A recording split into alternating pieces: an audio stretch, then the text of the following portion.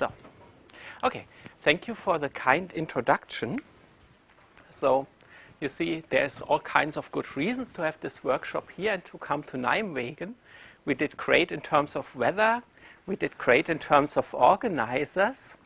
But in this talk, I want to actually go to a very old and also deep problem, which is at the core of quantum gravity research. So essentially, the two-loop counterterm is at the origin of the field.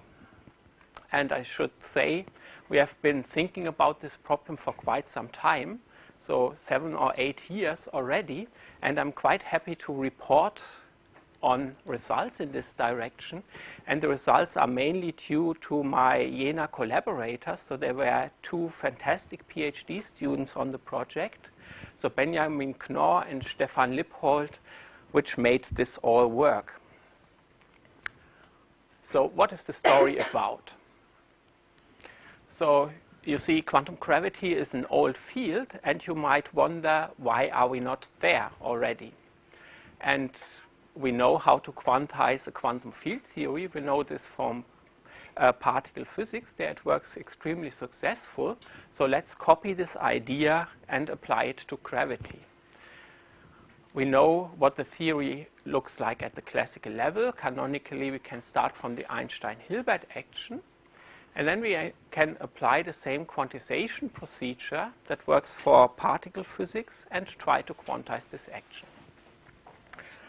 The difference to particle physics is listed here in the second line. So if you go to this procedure, you can do a one-loop computation. You find that there are no one-loop divergences appearing on shell.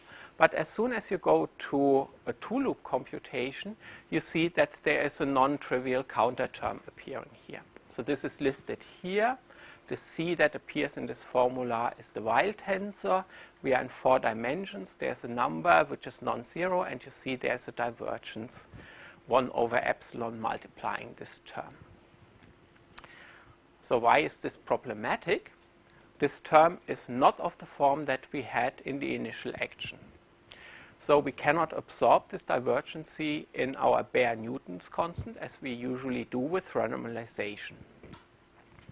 This implies if we want to consistently quantize this action, we have to add a new interaction term which absorbs this divergence that we have up here.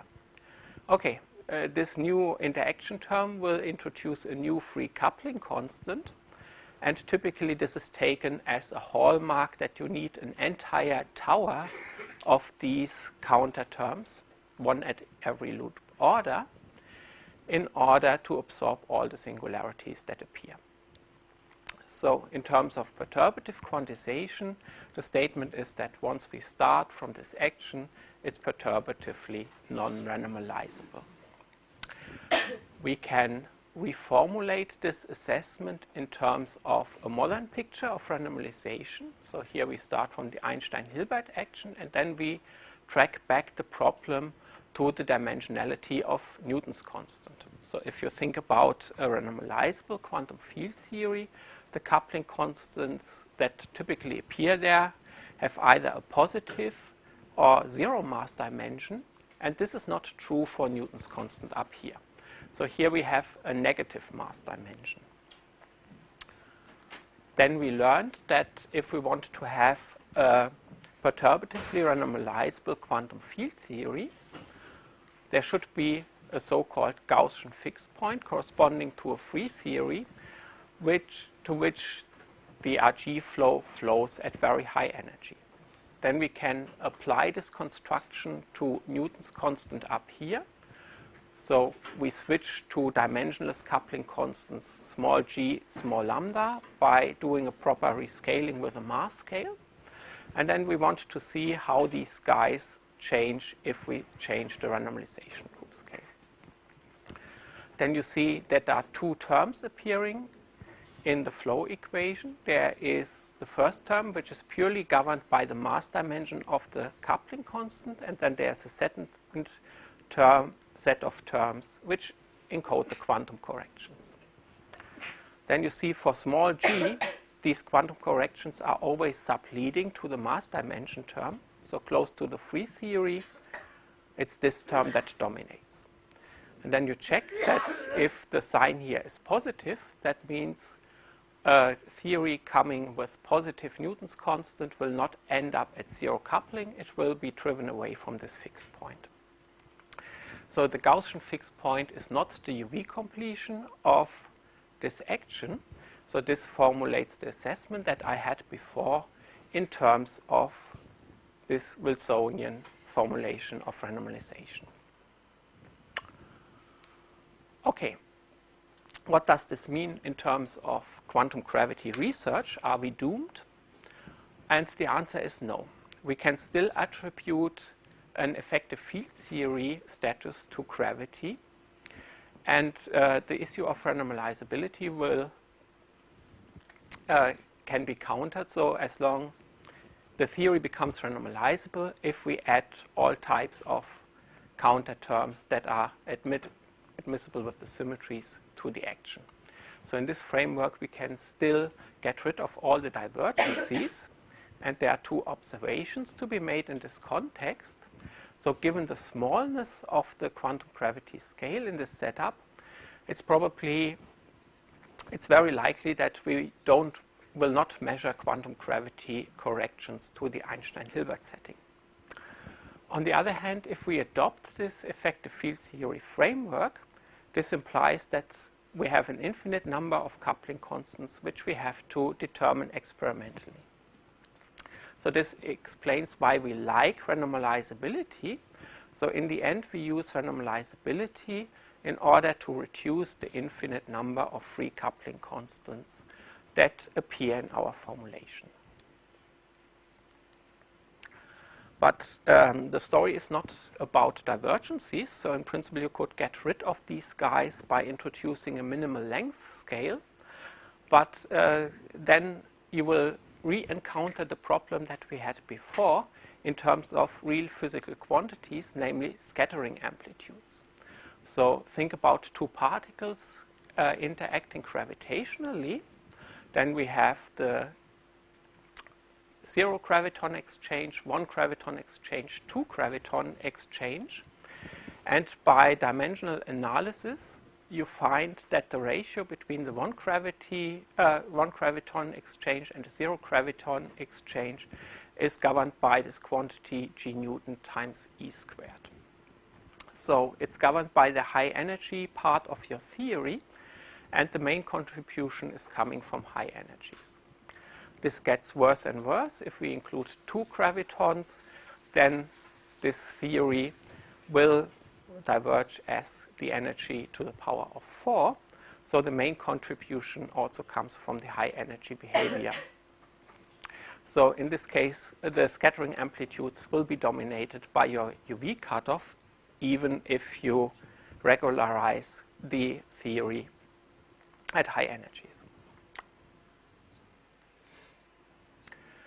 So survey what is on the market. So we discussed the effective field theory standpoint. Then one can say, okay, this is the onset of new physics. This is taken by the string theory approach or loop quantum gravity. And in this talk, I will take the status, so maybe we can still make sense of gravity in terms of quantum field theory. And I will focus on the asymptotic safety construction. Notably, we also heard yesterday about Horava-Lifshitz. So if you want to know about the connection between the two, ask me after the talk. So asymptotic safety.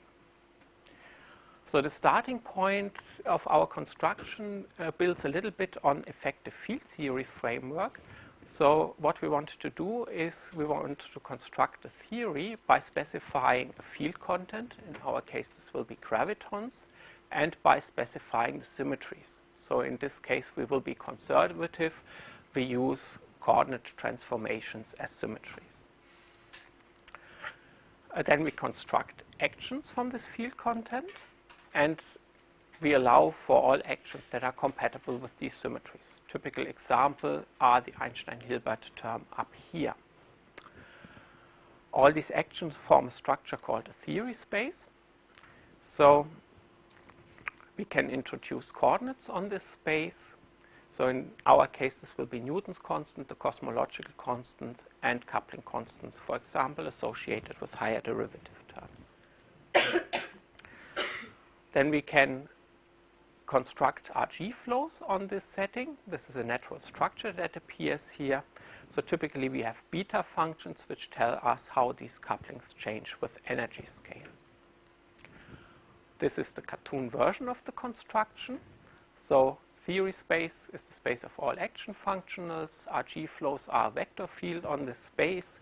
We have RG trajectories, which are the integral curves of this vector field. And a complete quantum theory is a complete RG trajectory, so it has a starting point at very high energies, and we want to flow it down to low energies, integrating out all quantum fluctuations. In order to get the UV completion in this framework, I alluded about this before, we have to rely on fixed points. So the power of the fixed point means that we can send our energy scale to infinity while keeping the dimensionless coupling constant finite.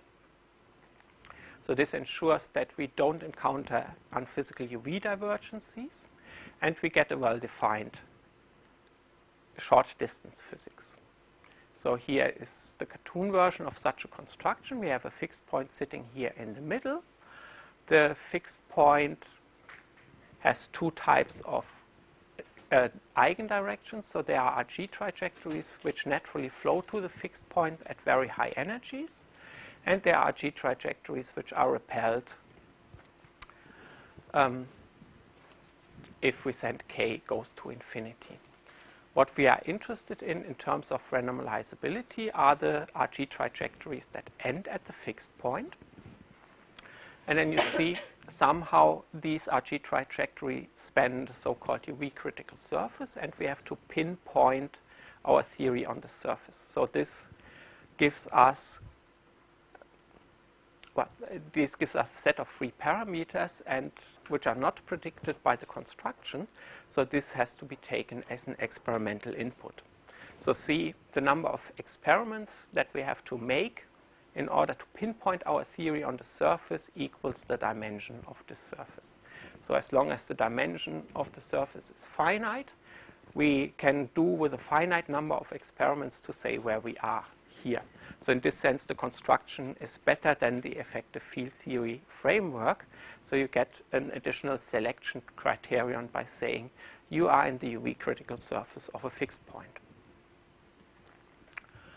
So what fixed points are on the market? We already discussed Gaussian fixed points. The prototypical example is QCD. And here we are dealing with theories that are asymptotically free. Alternatively, one can get away with so-called non-Gaussian fixed points. So here we have a theory that is interacting at high energy scales. And a prototypical example for this construction is gravity in 2 plus epsilon dimensions. So here you can rely on the epsilon expansion and prove that the corresponding non-Gaussian fixed point exists. There is to be stressed that both constructions are equally predictive, and the core of the asymptotic safety program says that this 2 plus epsilon dimensional fixed point also survives in d equals to 4 and can be used as a UV completion of gravity. So this is not all on our list. So in order to make this scenario work, we need a non-Gaussian fixed point to have a controlled UV behavior. We want to be predictive. The most simple thing to get this is have a finite dimensional UV critical surface.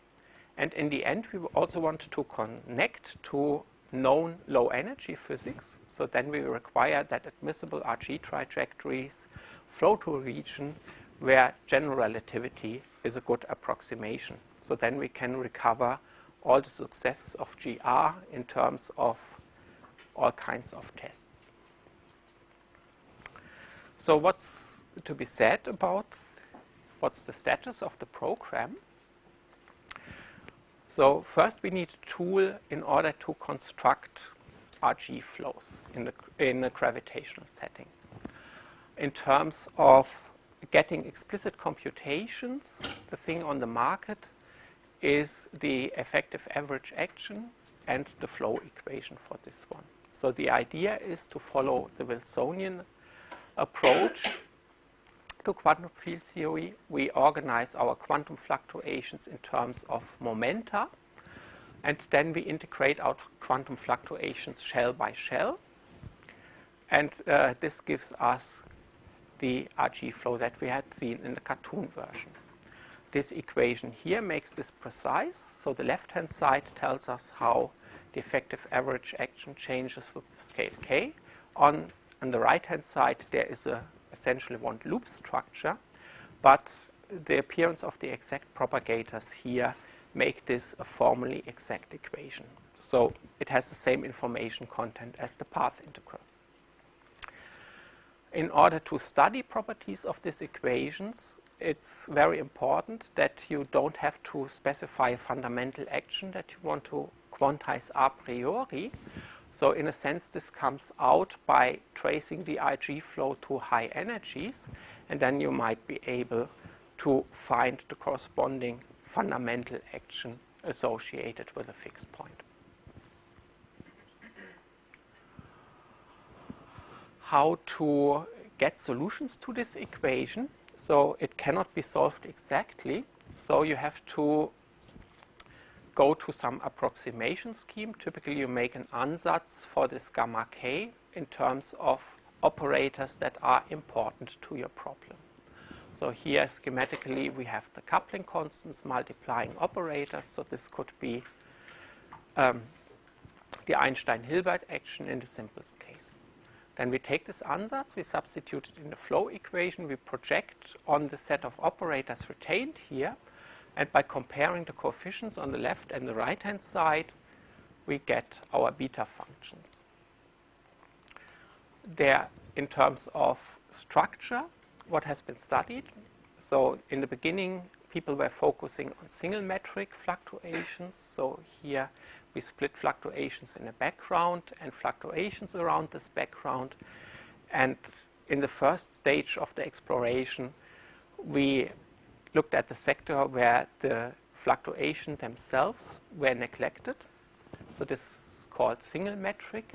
And now there's new developments which also take the power of the fluctuation fields into account. So in a sense, here you are studying vertices which don't include the fluctuation fields, and these more elaborate computations also take vertices including the fluctuation fields into account. For the rest of the talk, I will talk about the single metric approach and focus on the terms that can appear here. So this is the cartoon chart, what has been studied. Down here we have the Einstein-Hilbert action. We have managed to get functional results in terms of f of r theories. So here we retain an infinite number of coupling constants, essentially going to r to infinity. We can include tensor structures of the C² type.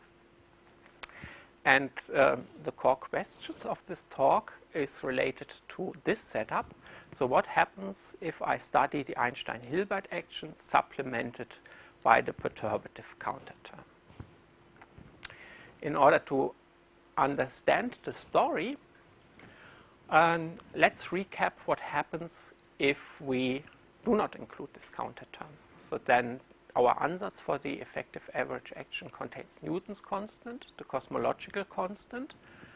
We can substitute this ansatz in our flow equation. We project on R and the volume term, and we obtain beta functions. So this has already been done in the last century, and it was observed that there's evidence for the non-Gaussian fixed point, as we had in the scenario before. The integral curves are shown here. So you see the high energy phase of the theory is governed by the non-Gaussian fixed point. There is a crossover phenomena going down here to the Gaussian fixed point region, and classical general relativity appears here where the dimensionless Newton constant is small. So what happens if the two-loop counterterm is included? Does it destroy the asymptotic safety scenario? So this question is also an old one. It was raised by Hermann Nicolai almost at the beginning of the program. So the ansatz that we want to study is this one. So we supplement Einstein-Hilbert by precisely the two-loop counterterm. There's a new coupling constant appearing here, sigma, which is associated to the Weil cube term. And we introduce the corresponding dimensionless coupling constants. Then, in terms of structure, there are two surprises that come up. The first surprise is that once we add this term to the action, there's no feedback of the coupling sigma into the Einstein-Hilbert sector. Why is this the case? So here's the argument. So let's study the Gorov-Zaniotti term as it is written here. For our flow equation, we have to take the second variation of this term with respect to metric fluctuations. You see, since this contains a c cubed, there will always be a c left in this. Then you can expand your flow equations in powers of the background curvature, and the lowest order term that appears is of the form c bar. You take the trace of c bar, and since the Weil tensor is traceless, this vanishes. So there's no way that this term can feed back into a two-derivative term in your effective average action. The second surprise is that we can make a general statement about the beta function for sigma. And the statement that we can make is that this is actually a cubic in sigma. So this is also coming from purely geometric consideration. You can parameterize these beta functions in terms of these coefficients C0, C1, C2, C3. These will be a function of g and lambda. And the series stops at sigma cubed. The argument underlying this is similar to the one that I had before. Again, we study the second variation of the Gorov and Zaniotti term. It's proportional to c bar.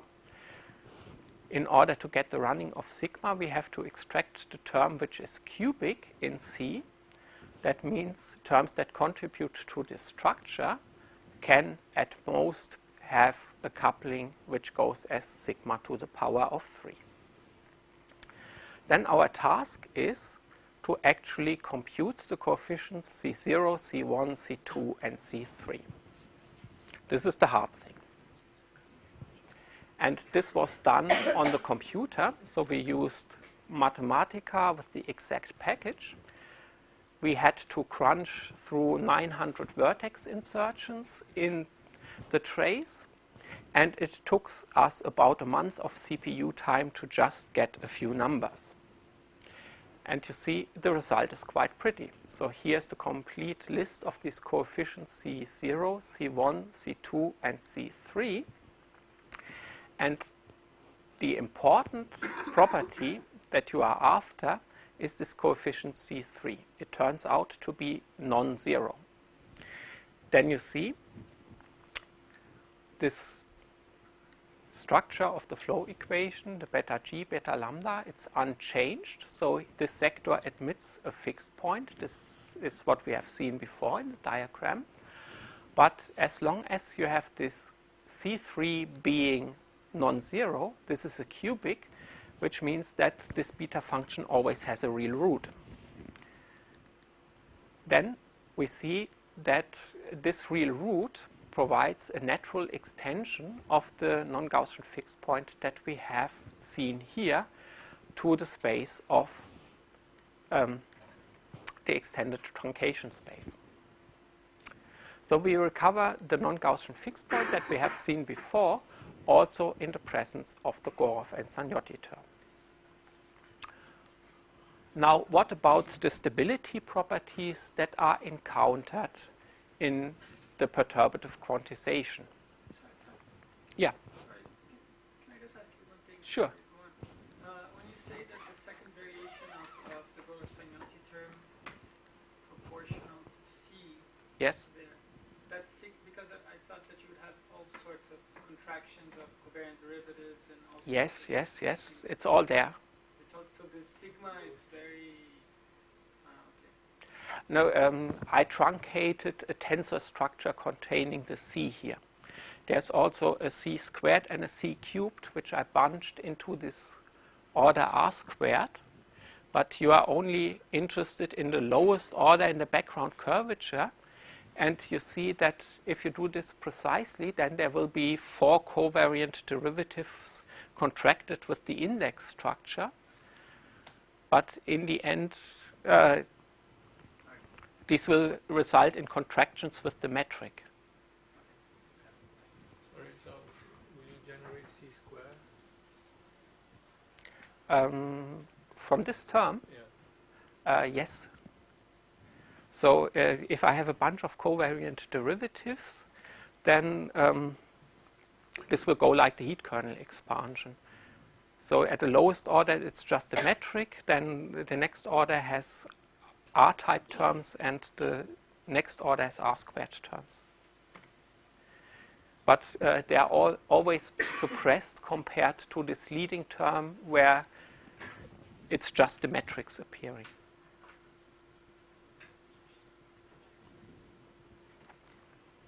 Okay, we computed this one. We saw it survives. We want to check stability properties. And then we learned the following. So here's the location of this extended Gorev and Zagnotti fixed point. Lambda stars, G star are precisely at the Einstein-Hilbert. And there's a unique extension to the inclusion of the sigma coupling constant. Then we see that the new direction that appears with the sigma coupling constants is actually irrelevant. So this coupling constant at this fixed point does not introduce a new free parameter which needs to be fixed experimentally.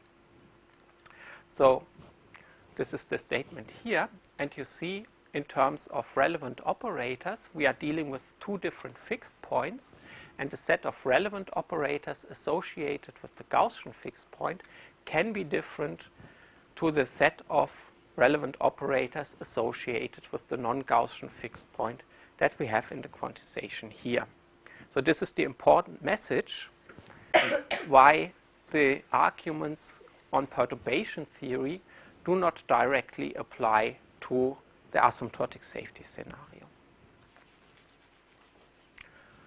Then we also integrated the flow equations and checked that the crossover is still intact. So here you see this is the extended non-Gaussian fixed point, and you can still construct RG trajectories which have the similar property as we encountered in the Einstein-Hilbert case.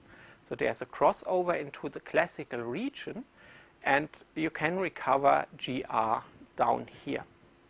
So everything works as we had seen in the classical Einstein-Hilbert computation.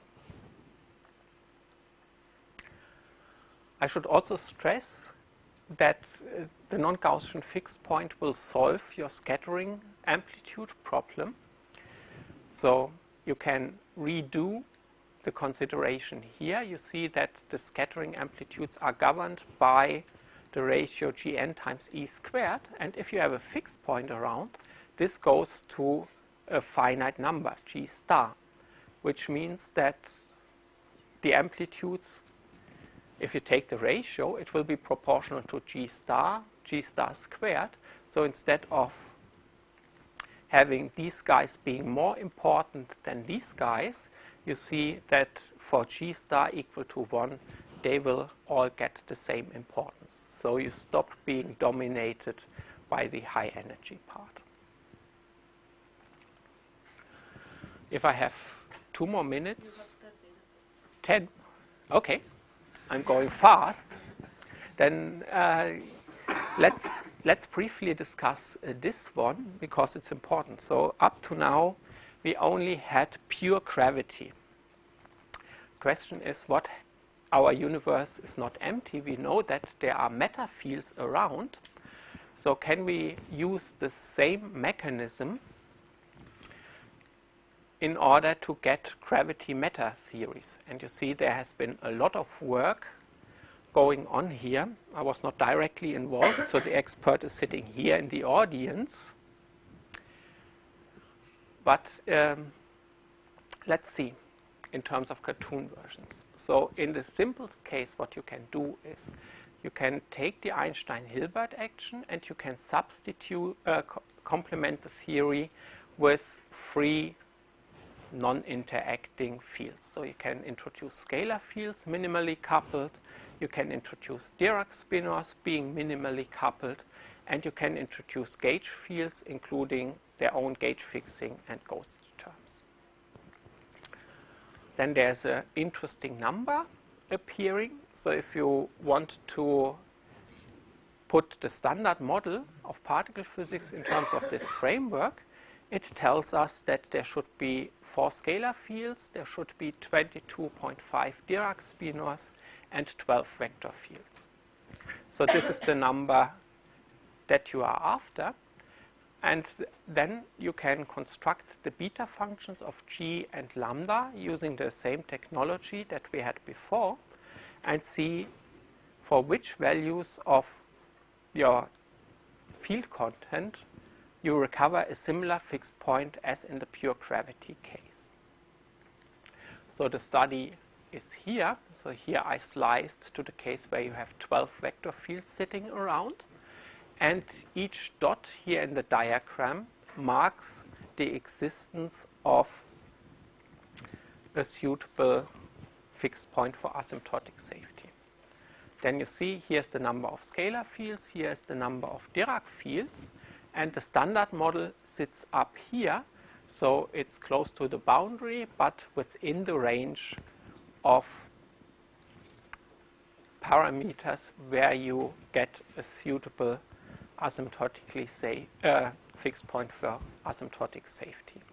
Of course, I should stress this is the simplest computation that you can do. There are much more elaborate things on the market, and it seems that the result that the standard model field content is compatible with asymptotic safety can also be checked in more elaborate constructions.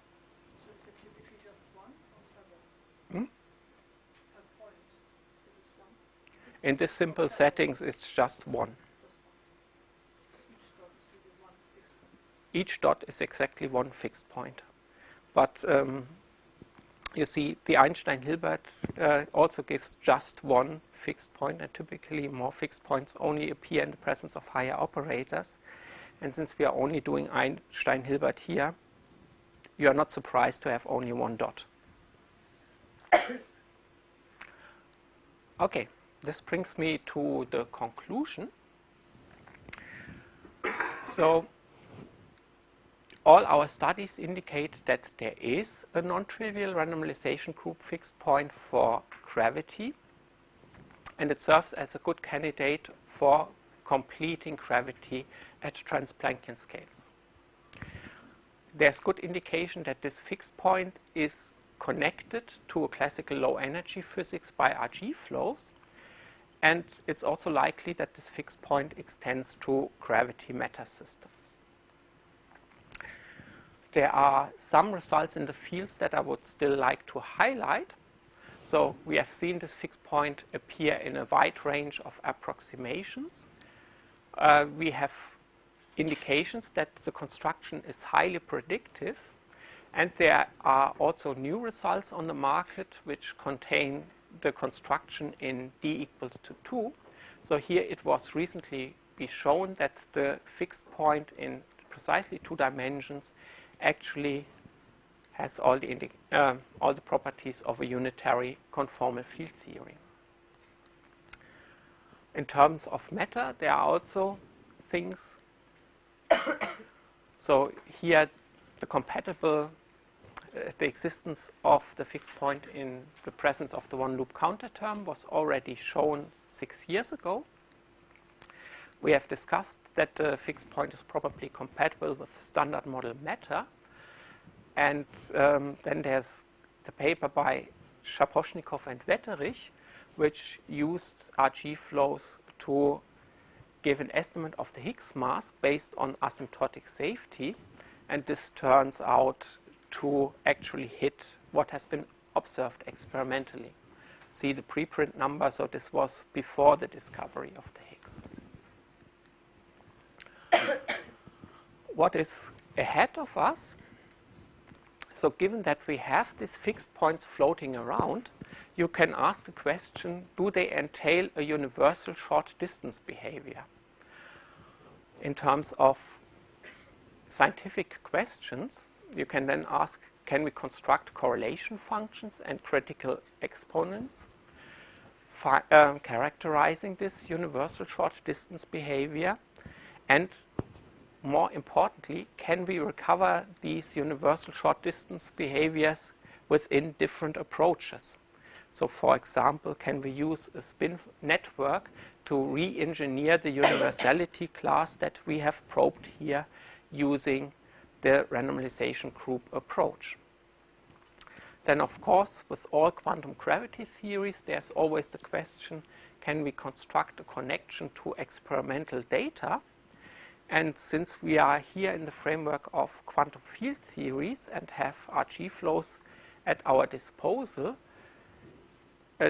this point is probably conceptually clear. You start from your non-Gaussian fixed point, you trace the RG flow to energy regimes which correspond to low energy physics, and then you can check if there's something interesting coming out at these energy scales.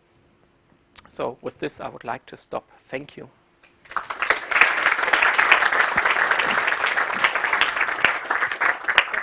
We have plenty of time for questions. Flavio? In relation to that in particular, what happens to the flow in the deep IR regime past classical gravity?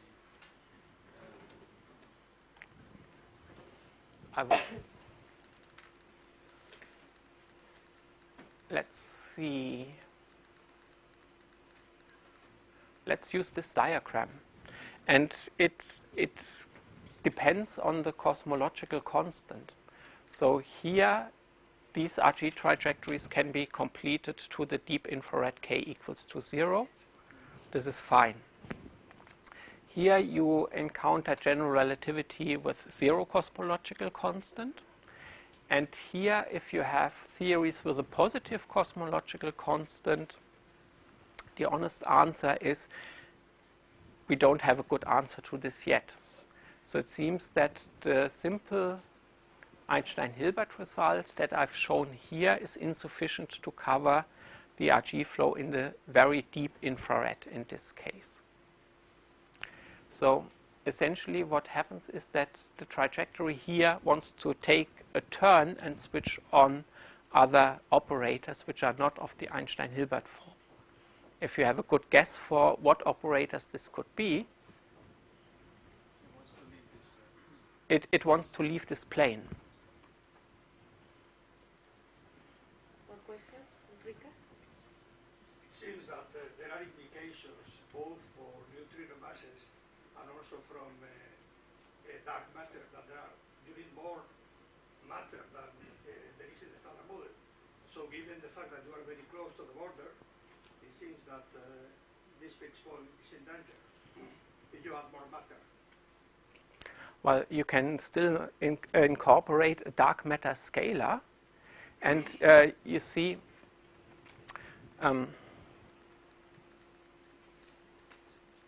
if you look at this point, it depends on the direction or the type of matter fields that you want to add. So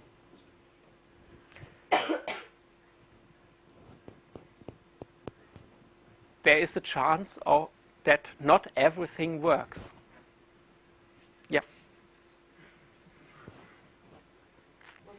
Raymond? Can I have Sure. a naive question just to update my knowledge of this?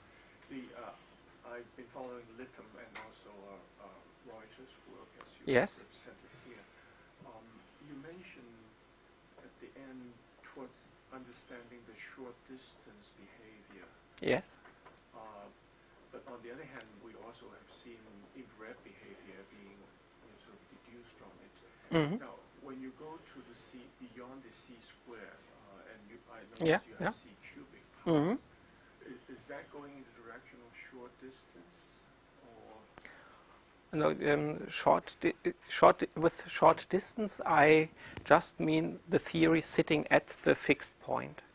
So since you have many infrared theories approaching this point, this approach essentially washes out some kind of information that you see at long distances. It washes out the Yeah. information for the long distance Mhm. behavior, right? Yeah. So they all converge to Yes. something Mhm. similar Yes. in terms of short distance Yes. behavior. But then the expression that you have Einstein, Hilbert, Mhm. and then the R squared type, and Yeah. then you now have R cubic, Yes. including C squared, Mhm. cubic term. Mhm. That would lead you to a shorter distance, or what? I'm just trying to see the overall. No. In terms of the monomials that I had, these are purely ordering devices. So in essence, what you are interested in is the beta functions. So these guys carry the information about the fixed point, and the geometric quantities like the C cubed are only used to identify a certain set of beta functions. Okay. So we have never used solutions of equations of motion in this program. Okay, so you start with ultraviolet. Yeah. And run down. Yeah. In energy scale. Another attached question is, as you know, Woodard and Thomas have been working on two graviton for the longest time. Mhm. What is your comment on their whole program? Rich is not here, so. We can discuss over coffee. Is it okay? I see. Okay. Jan has another question. Sure. So in this nice figure you have there, yeah. So how are typical grand unified models doing? So this act, I mean the red mark is the standard model, I guess. The red mark is precisely the standard model. Yeah. So how are grand unified models based? Like Do you want to comment? Since you have studied this question. What happens here is that too many scalars or too many fermions go against asymptotic safety, but gauge fields work in favor. Mhm. So in grand unified theories, you would say you have bigger gauge groups, and so that helps. But then you have too many scalars, typically, in order to break it, and so they fall out of this domain. so typically they will fall out of this. Yeah. I should also say, maybe in comment on the previous question, is that here there is room to add a couple more Yep. degrees of freedom, like right-handed neutrinos Mhm. and a few scalars. But it should also be said that there's a large theoretical. There's an error bound on this boundary. So Yeah. one shouldn't really try to make too much. Any other question? Fair statement. Enrique? I have maybe a naive question. I'm not an expert, but I've seen these graphs of A theorem and NGFP in which you have the flow going from the IR to UV, and they Mhm. say it can't go into this cyclic kind of behavior there. Can you show the picture of this?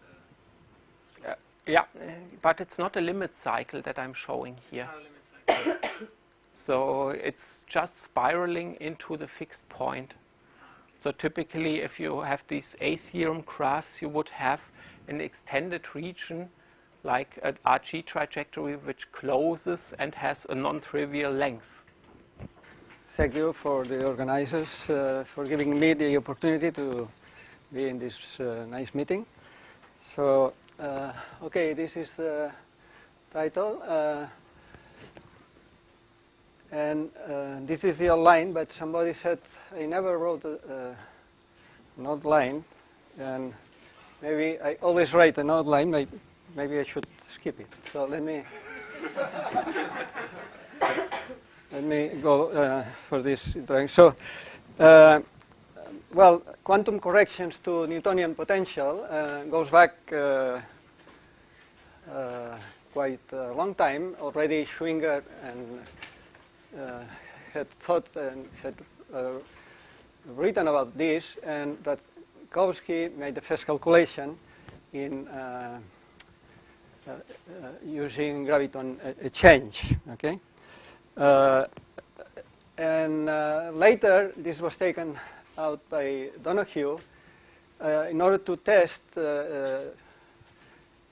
effective field theory description of quantum gravity, in the sense that he saw that these corrections are necessary consequences of quantum gravity independently of the high energy completion of the theory. Okay, so later this was already used by Liu and Garriga Tanaka to prove the pictures that emerge from the anti-de Sitter conformal field theory correspondence and the Randall-Sundrum brane-weld scenario. So they computed, in fact, the correction to the Newtonian potential on a brane in anti-de Sitter in 5 dimensions, and they found agreement with the quantum calculations that had been done previously. The corrections to the Newtonian potentials are always given by this kind of term, Planck length divided by r to the square. Planck length square is just the gravitational constant. And A is a coefficient that depends on the kind of matter loops, or loops, of matter that one uses. It has been done for scale, spinors, and vector fields, and also for gravitons. Although for gravitons there is no consensus on what is the value of A as far as I know. Okay. So the methods of computation are essentially two methods. The first methods that were used are just the analog of the methods that one used in QED. That is to say, to obtain the potential from the non-relativistic limit of scattering amplitude of two heavy particles at rest by graviton exchange. So this is similar as one finds corrections to the Coulomb potential due to the photon exchange of charges. But the second method is using effective field equations for metric perturbations. So in that case, what one does is first, one computes the graviton self-energy up to the one loop order, usually, on the matter that one is trying to consider, and then compute the gravitational response to a point source, to a massive point source. Okay, this is already in 75 for Duff did this, and then Barcelona had emphasized this quite a lot. So in this second method, using effective field methods, the method has an advantage that it can be used not just in flat space, but in any kind of background space-time, in particular in the Sitter, where scattering amplitudes may not even be well defined.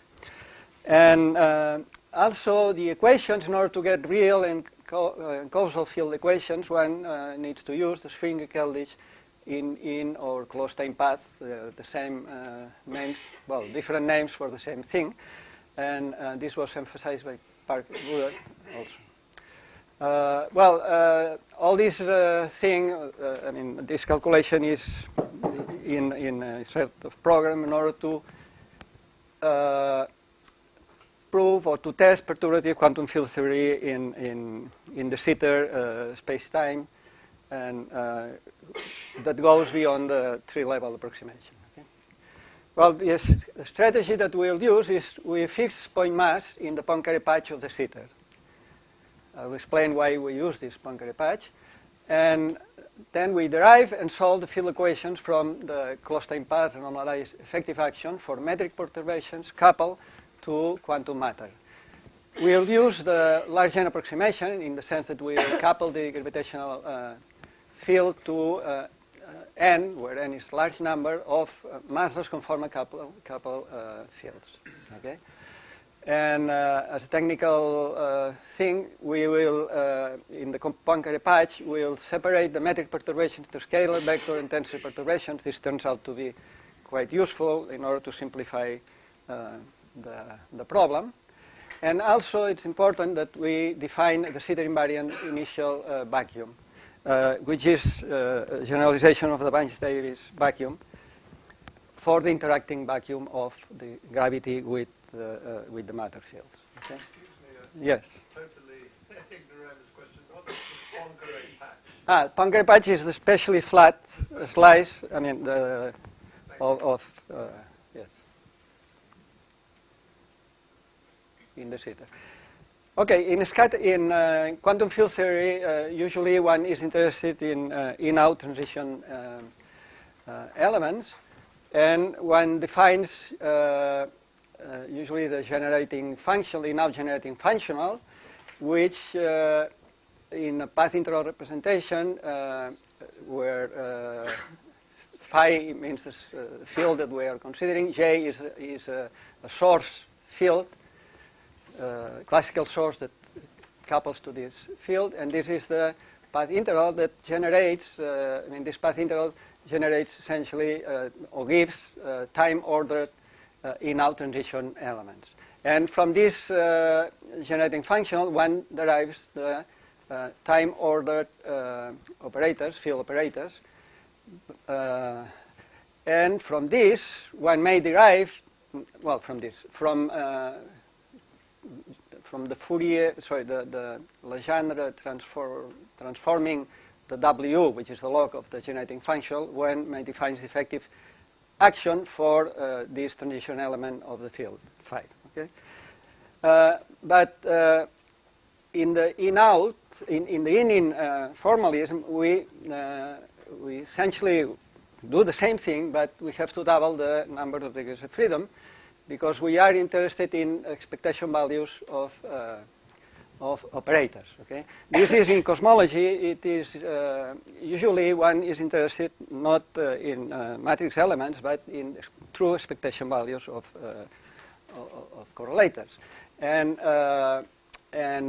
so one needs to impose initial conditions at some early times rather than boundary conditions at initial and final times. So for that reason, if one introduces here the completeness relation, where alpha t are just eigenstates of the field operator 5 at some future time t, capital T is just some future time that is larger than the time of interest in which we are doing our computations, then this thing just becomes, in the integral representation, is just we have two integrals with two fields, 5. One is 5 plus and the other is with 5 minus.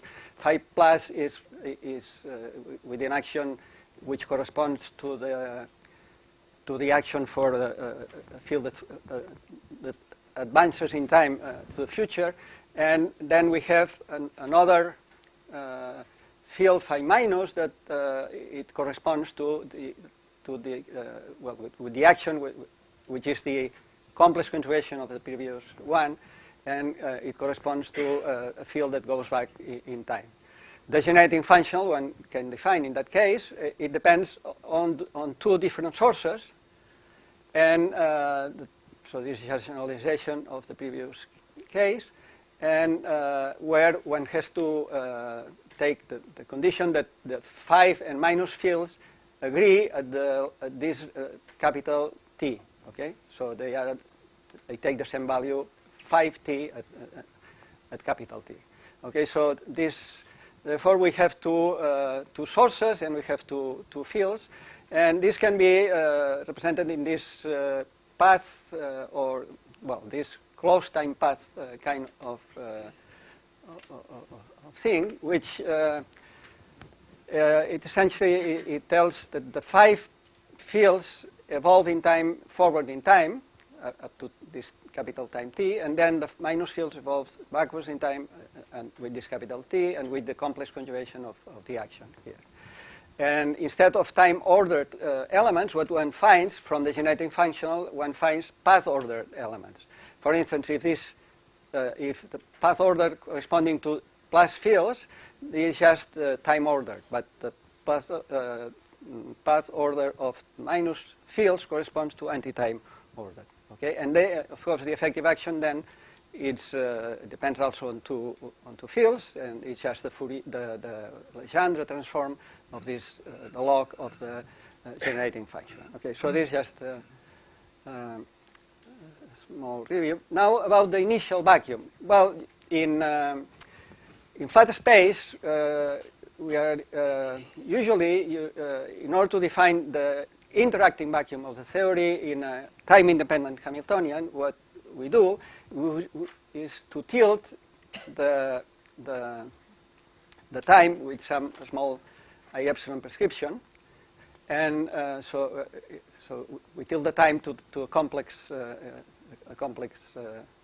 time, and and what this does is that if we start with the initial time infinity in the past with some free, the vacuum of the free theory, then this thing generates the vacuum of the interacting theory forward in time, which is the vacuum which corresponds to the state of least energy that we have. Of course, in time-dependent Hamiltonians, this in general is not the case, except in some cases. Namely, when the free fields in the far past have an oscillating behavior, which is similar to the oscillating behavior that they have in Minkowski spacetime. In that case, one still is able to define an adiabatic vacuum. Initially, adiabatic vacuum of the interacting theory. Now, in this closed time path, of course, now we have two times: the past time and the t plus time that corresponds to the path that goes forward in time, and the t minus that corresponds to. And because the action, remember, it was just the complex conjugation, so this means that this prescription is now it has these two plus and minus I epsilon here, and so in order to we have to take this into account. Now, in the Poincare patch, which is partially flat patch of the sitter, this is what this guarantees that this behavior of the modes is the same as the behavior in Minkowski spacetime, and therefore, if you use this in Poincare patch, we will get the interacting vacuum of the theory. Okay. Now let's write the interaction of now. Well, as in the previous talk, we know that quantum gravity, perturbative quantum gravity, is not a normalizable theory, but it's still okay if we treat this as an effective field theory, in which the quantum phenomena are characterized by some scale which is larger than some cutoff scale. Cutoff scale is LP, which is Planck length, essentially, which is the square root of the gravitational constants. That we'll write this as kappa. And so the effect of the high energy modes on the low Lagrangian, low energy Lagrangian is given in terms of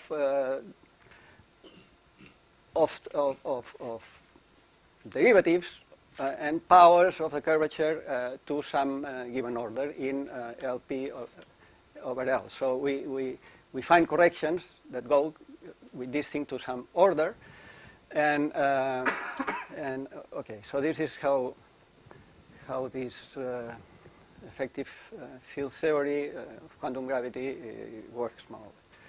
Now, we'll assume the metric perturbation, the metric will be G tilde, which is just some background metric. It could be flat space, but in general, some background metric plus a perturbation that we are going to quantize. Okay.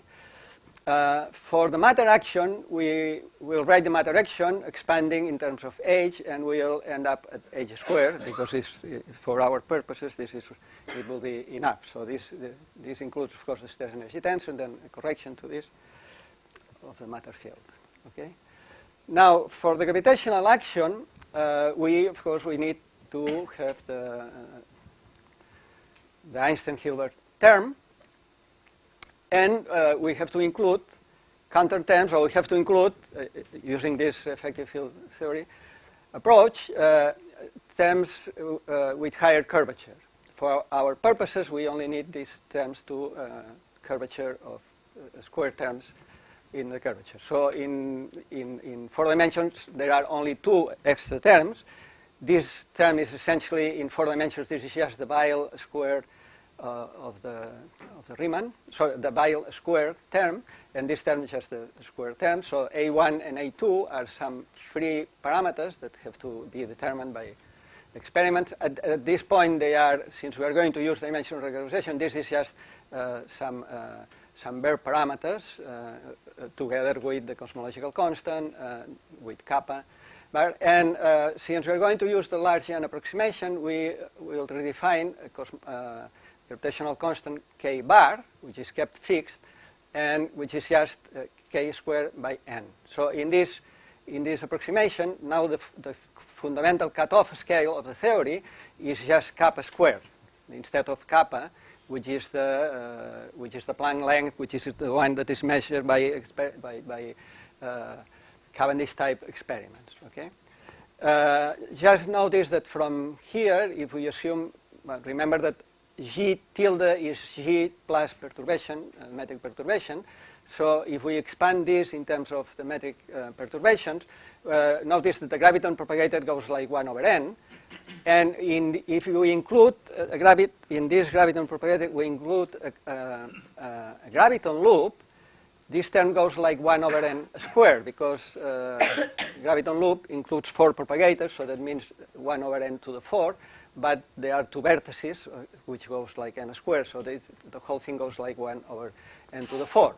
Whereas the matter loops go like 1 over n only, because that includes 2 matter loop includes 2 propagators that goes like 1 over n squared. But since we have n fields, we have multiplied by n, and we just have 1 over n. So we avoid using graviton loops by, in a consistent way, by using this Largian approximation.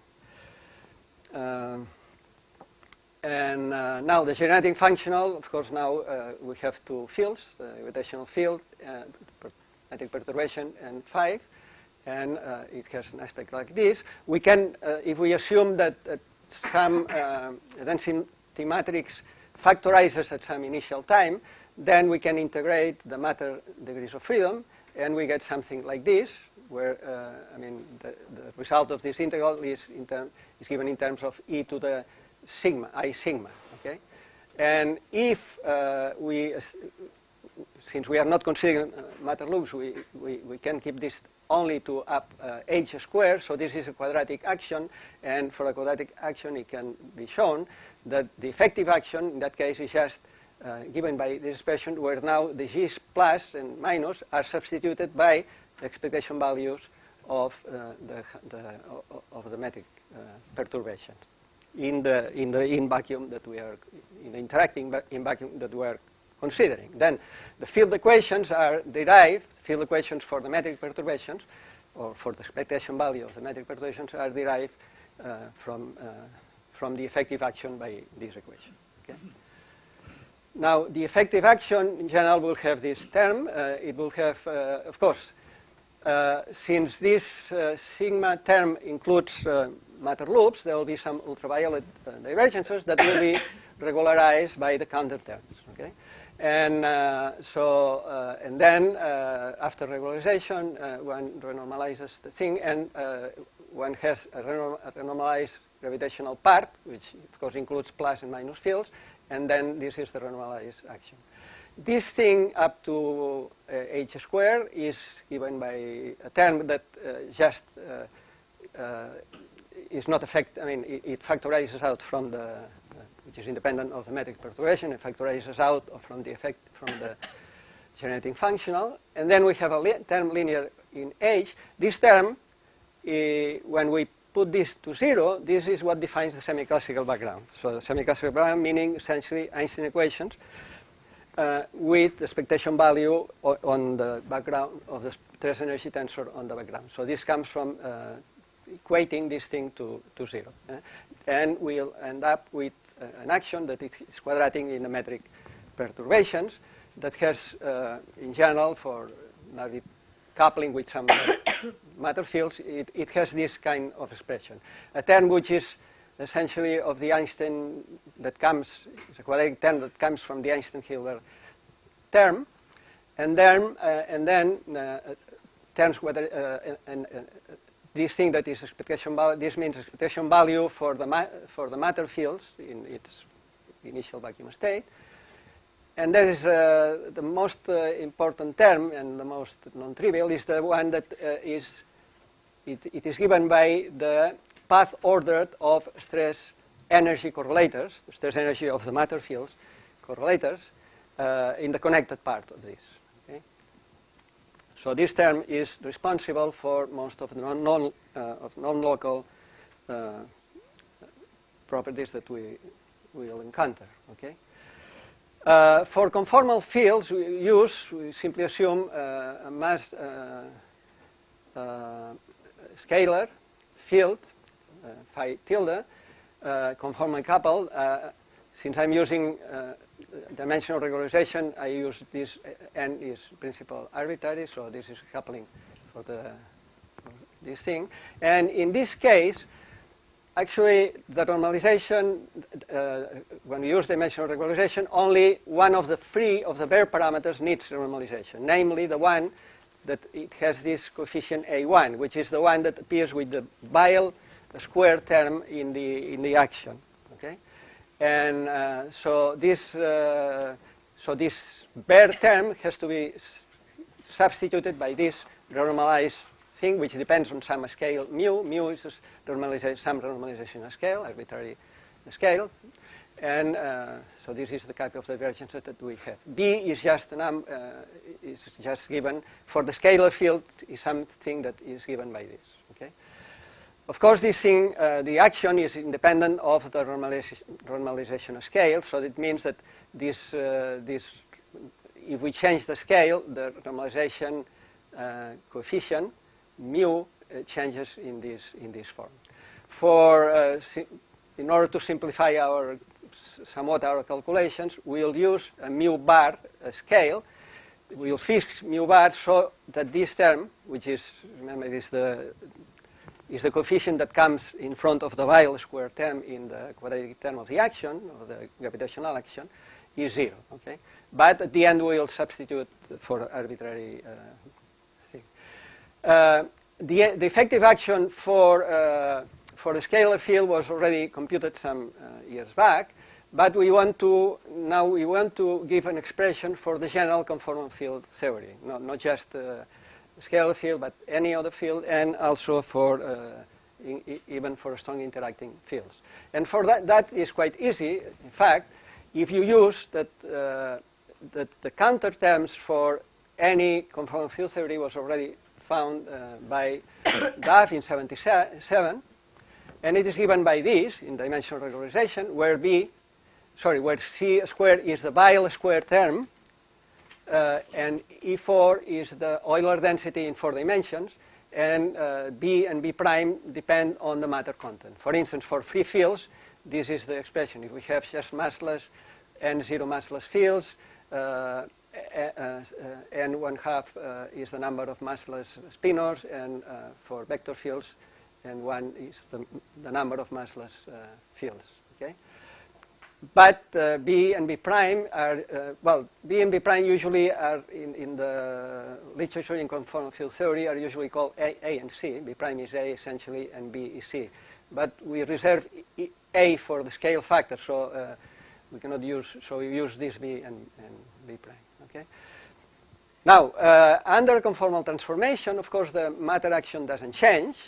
The conformal transformation means that the G mu nu changes from G mu nu to G mu tilde by this form, and the phi bar, so we define a new phi, which is phi bar by this expression. So this thing doesn't change, and so this means that the unrenormalized sigma also doesn't change. However, the difference, these counterterms change. I mean, they give finite contributions at the n equal when n tends to 4, and so therefore all we have to do is essentially we use the results that we already found for one scalar field or n scalar fields, and then make this computation in order to find the general expression for any conformal field theory. Okay. Well, of course, we have to put at some point, we have to put point source. Point source will be a particle of mass m, and this is, of course, the action for the point source, which this is the normalized for velocity of the source. And now we are going to use this, I mean, the metric will be written in that form instead of the form that I had previously. So this will be A is a scale, is a conformal, well, conformal factor of the metric, and this metric is just flat metric plus metric perturbations.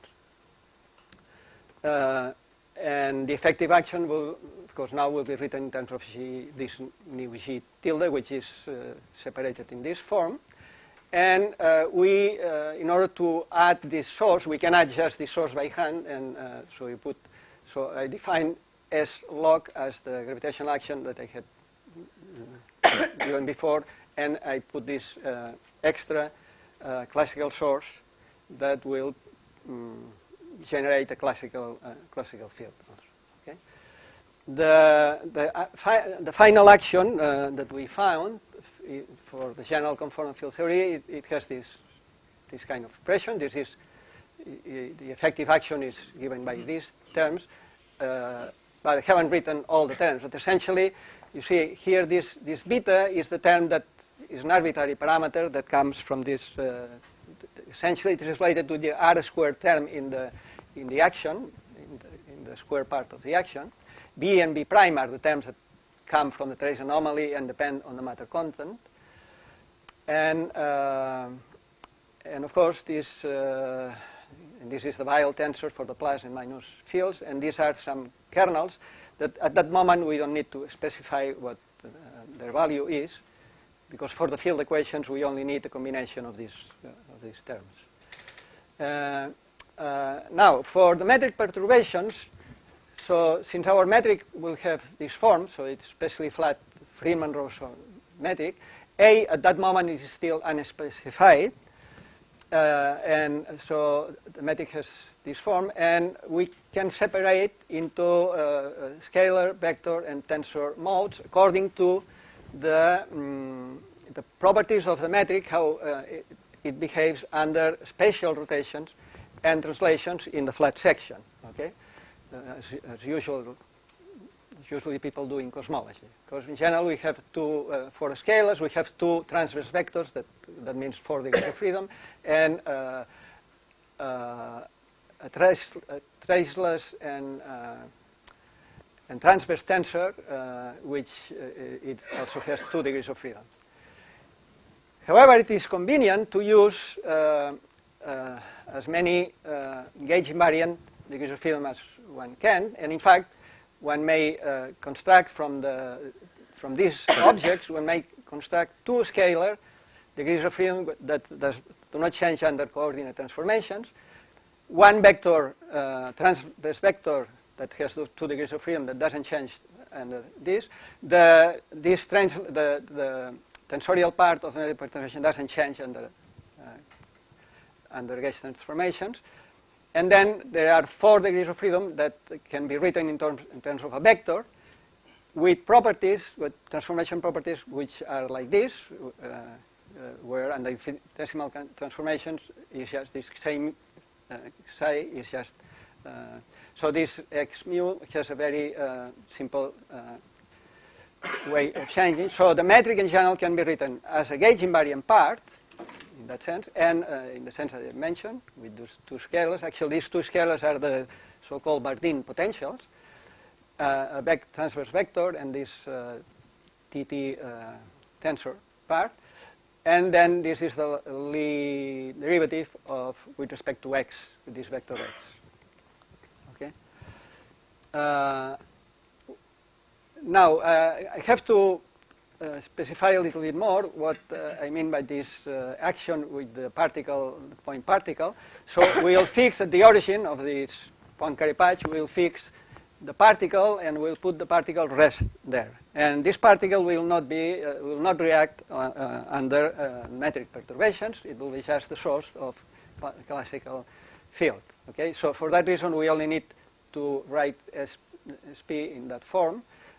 So with the we'll couple this stress energy tensor to H00. Notice that to H mu, but notice that this is just T00, and H00 can be written in terms of these Bardeen potentials and this extra and this X field, but this this term is just time derivative, so it does not affect. So we can neglect this term because it will not affect the field derivative. So in fact, the matter, the point source, just couples to one of the Bardeen potentials. So since the scalar, vector, and tensor sectors are independent in this linear order, we can ignore the vector and tensor parts, and we just have to concentrate on the scalar part. But the scalar part essentially has two Bardeen potentials. We have to only consider, to concentrate on the effect of these two Bardeen things. Well, here A is already we have already solved the equation for the semi-classical equation. And A is just given by the Sitter solution. Remember that we had a cosmological constant, so the H thing is just the cosmological constant. And we have a correction due to the quantum effects, because the way we have split the metric. So there is the A also has corrections here. So this is a self-consistent solution. So the Sitter is a self-consistent solution of the background equations. Now, since we have to concentrate only on the scalar sectors, I just write the scalar sector of the theory, and which depends on this. This is the term, the coupling with the massive particle, the point source, and these are Bardeen potentials. With, okay, and so the term that goes like 1 over k squared here is the term that comes from the interacting, from the Einstein-Hilbert part, and then the term that it's independent of kappa squared is the term that comes from the vacuum polarization effects, and the non-local part of the action, which involves these kernels, k and k plus minus, is given by this. So this action is actually written in terms of gauge invariant variables only. So this is a gauge invariant. Yes. 5 minutes. Okay, perfect. Okay, now we have the effective action, so we have to solve the effect. We have to find the field equations. Now, field equations are written. Remember, now we have just two potentials, the two Bardeen potentials, and so we have for one of the Bardeen potentials we have this. This is the source, the matter source, and so we have a classical term, and then which is the term that does not involve kappa now in this equation.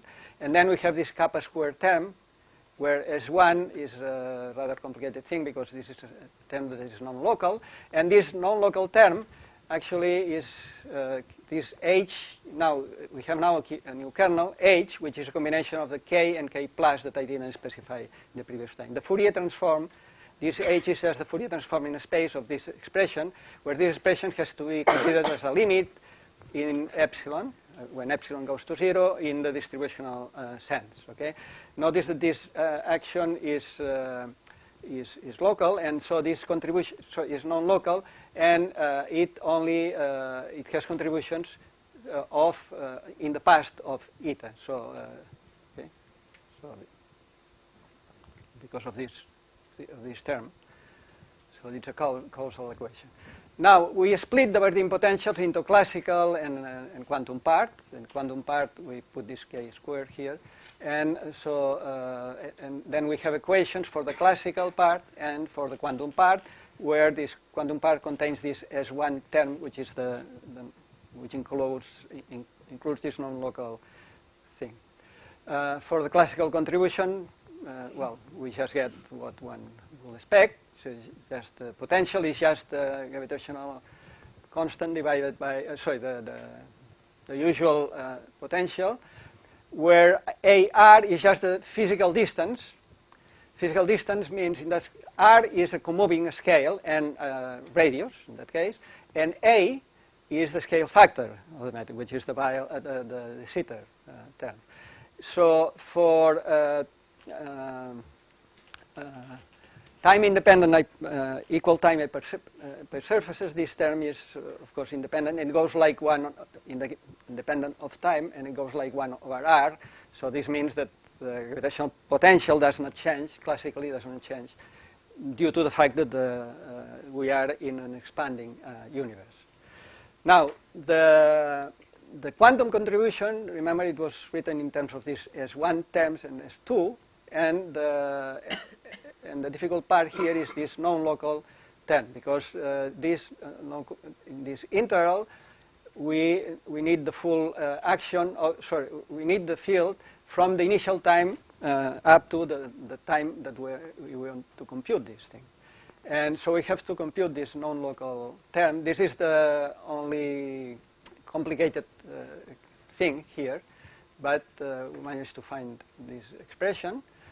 And here we had to, just a matter of detail, but we had to take into account that we're using an interacting vacuum for the expectation value of the gravitational field. So we had to go back and to use properly the I epsilon prescriptions, and this translated into essentially into the change of this kernel H by this expression. This E tilde is just the well, it corresponds to the I epsilon prescription that I introduced initially.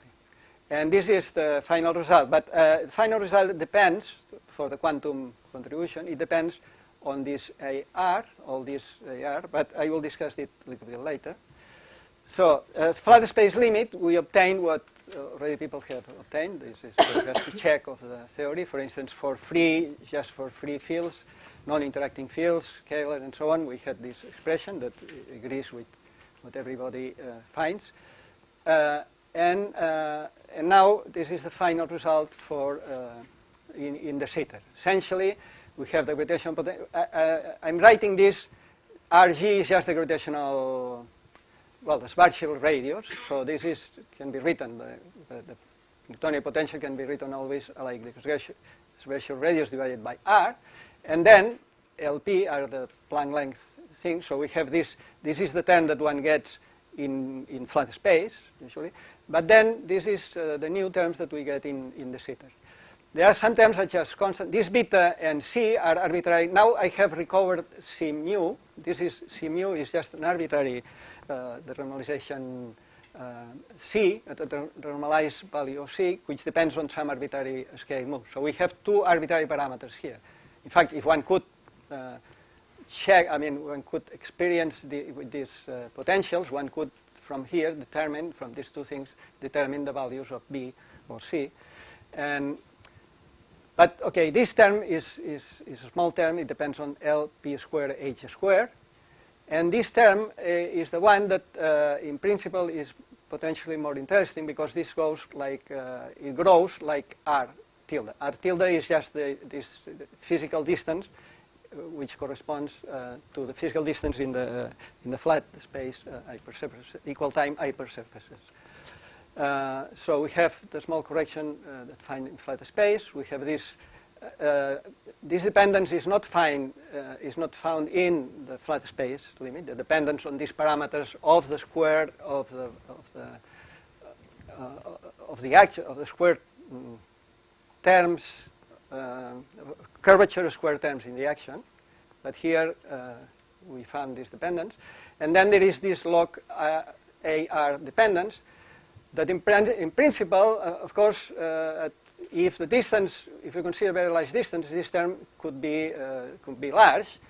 However, this, of course, we interpret this as an artifact of perturbation theory. So this is we believe it is similar to the infrared growth of loop corrections in massless fields in lambda phi 4 theory, where these log terms can be resummed in some way, like Starobinsky did.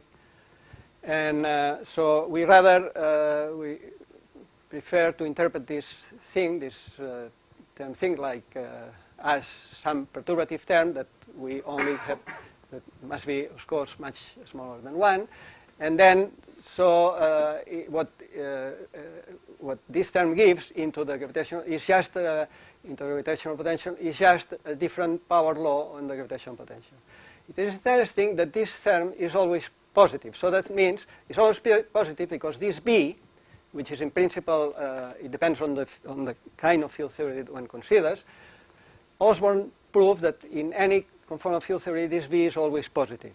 Okay? And so this means that this term, it may be always seen as a shielding of the gravitational attraction due to the quantum corrections at large distances. Okay? We had this symmetry in our, because this R term is, has this symmetry, this scale symmetry, which is this is a part of the in the Poincare patch. This is a symmetry that is obvious in these coordinates. And well, we have compared this with recently Bang and Buder did similar calculations for photons. Of course, our case, since it's a conformal field theory, general conformal theory, includes photons. And when we compare the results, we disagree with some of the finite terms, but we agree essentially with the behavior of this log term, which is important. We believe that this is due to the fact that they use a different initial vacuum, although it is difficult to compare our two methods. And okay, and that is the end. Well, there is this problem of the log AR terms that we need non-perturbative way of resumming these log terms. Of course, it will be nice to include graviton loops, but we need some different differential diffeo invariant observables, and we don't know how to make them. And it is also, it will be interesting to extend to other fields like minimal coupled fields. Minimal coupled fields have interesting, massless minimal coupled fields are particularly interesting in cosmology and inflation. And of course, one could now also use a non-trivial check of the ADS-CFT by correspondence by using to do calculation on of the gravitational potential, classical gravitational potential, on the Sitter brane in anti-de Sitter in 5 dimensions.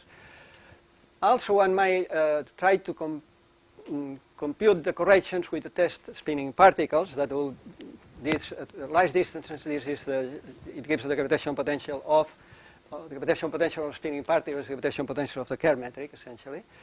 And the interesting thing here is that also this couples to vector perturbations. Okay, that's all. Thank you.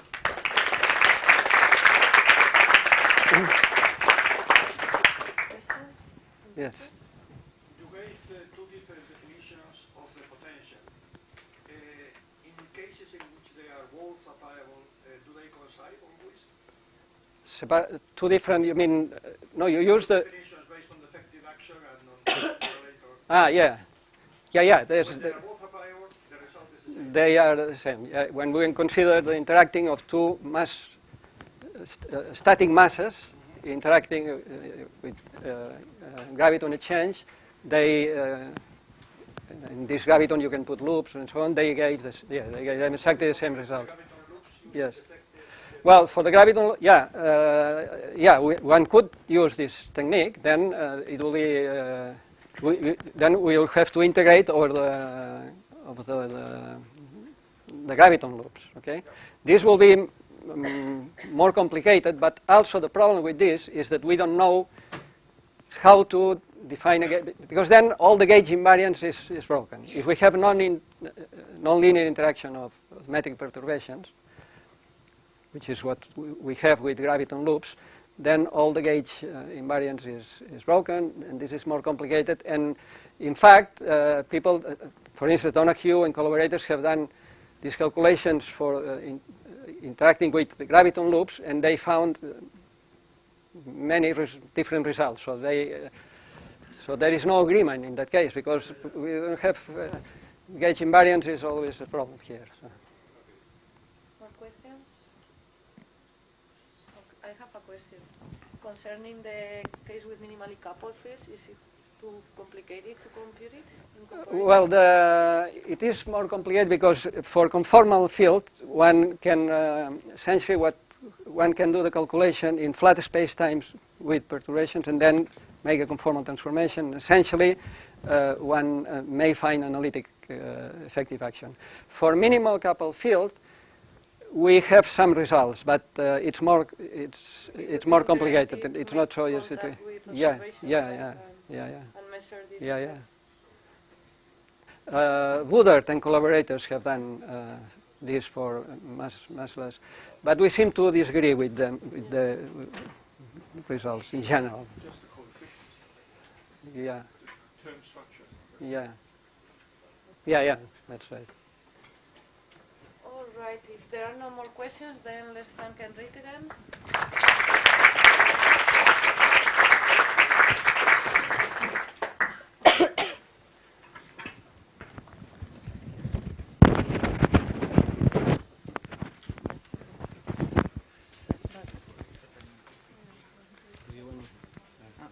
Yes, please. This is already on. So.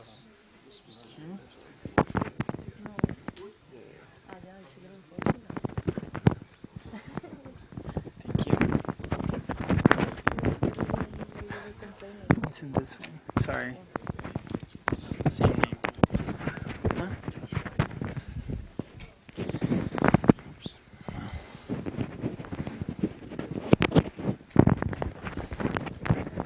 Yes.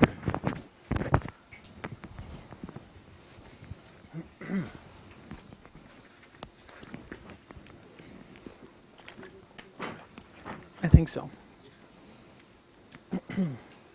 Okay, our next speaker is Henrique Gomes.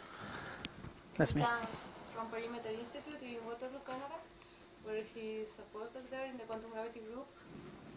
In the past, he worked a lot in spin phones, in particular in the asymptotics of the spin phone amplitudes, and the semi-classical limit.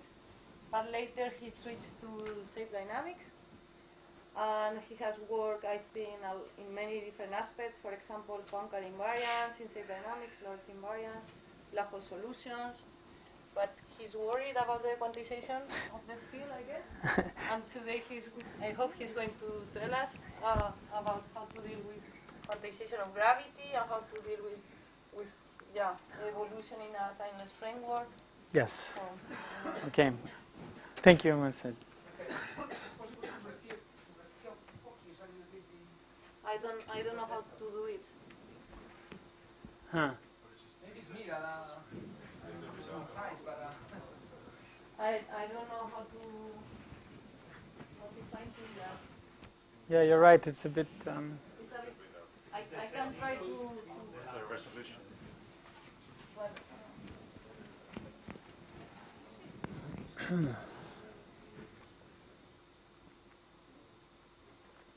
I can try this one, but I don't think this one is better. I don't know what else I can do. I'm not an expert. Just a suggestion, okay? Oh, it's better. But this is the one I will use. Can you Ah. what?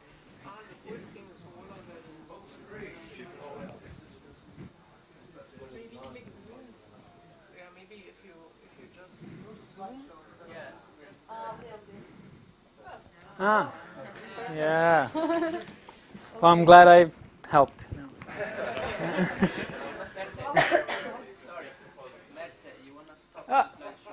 Wait. Oh no. Close your eyes, everybody. Just slideshow and put it on pause. Slideshow again. I have no idea. Can Slideshow towards bottom. Yeah. Then press pause. Yes. Remove the cursor from that side. Okay. I think now it's not gonna work. Well, what? Yeah, it's okay. It's more convenient for you, a little bit less for me, but I think it evens out. Okay, so I'm not gonna use this. So I'm not going to talk what was originally in the program. We'll talk about that. I'm going to talk about something slightly more, well, some aspects that are slightly more controversial about timeless quantum mechanics in configuration space. But I'm ahead of myself. First, I should have thanked the organizers for inviting me. It's really a pleasure to be here and be able to talk to so many people that are interested in this. Okay, so let me jump to it because I have a lot to cover. I'll have 3 parts of the talk. First, I will talk about certain issues that could be seen to arise when you try to put time, gravity, and quantum mechanics together.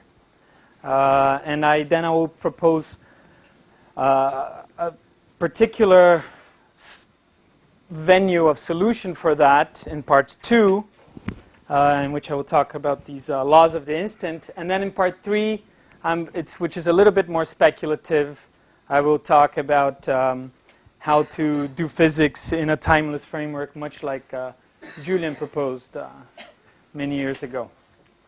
Okay, so first let me start with this, I think, beautiful formulation, because it's so succinct and yet conveyed so much information that Wheeler had, and he was very good with these aphorisms, as we all know. And, well, space-time tells matter how to move, and matter tells space-time how to curve.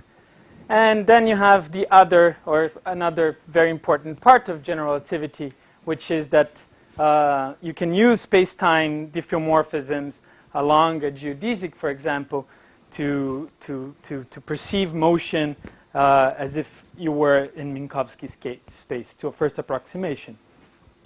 And this is, indeed, these are very beautiful principles and theory. And Landau said in his book, he says, oh, this might be the most beautiful theory we have yet produced. But as we've been seeing over and over here, does it really need to be a fundamental theory? Shouldn't it emerge somehow, dynamically, or an RG flow from a UV theory or some other means? And if so, what aspects of it should survive, right? This is a question that I want to propose here. So usually people will respond to this and say, well, space-time diffeomorphisms or covariance should be something that survives. And so let's look at some things that might go wrong when you do try to put in the general relativistic time together with quantum mechanics. So the first thing is when you try to put quantum mechanics in a curved space-time picture, if you don't have time, so I will try to put usually some heuristic slides and then a more technical explanation, just so to guide the discussion a little. And heuristically, if you don't have time-like killing vector fields, you can't really separate positive and negative frequencies, so you don't really know what is the meaning of a vacuum that you have there. What is it that your creation operators are creating if there is no intrinsic meaning to positive and negative frequencies? And this is it's just a formalization of that concept. And you have some self-adjoint operator, and you can just integrate by parts. Here you're going to get some boundary term that will define you what an inner product is, that you can translate, choose different Cauchy surfaces. And you have some orthonormal solutions for this field equations.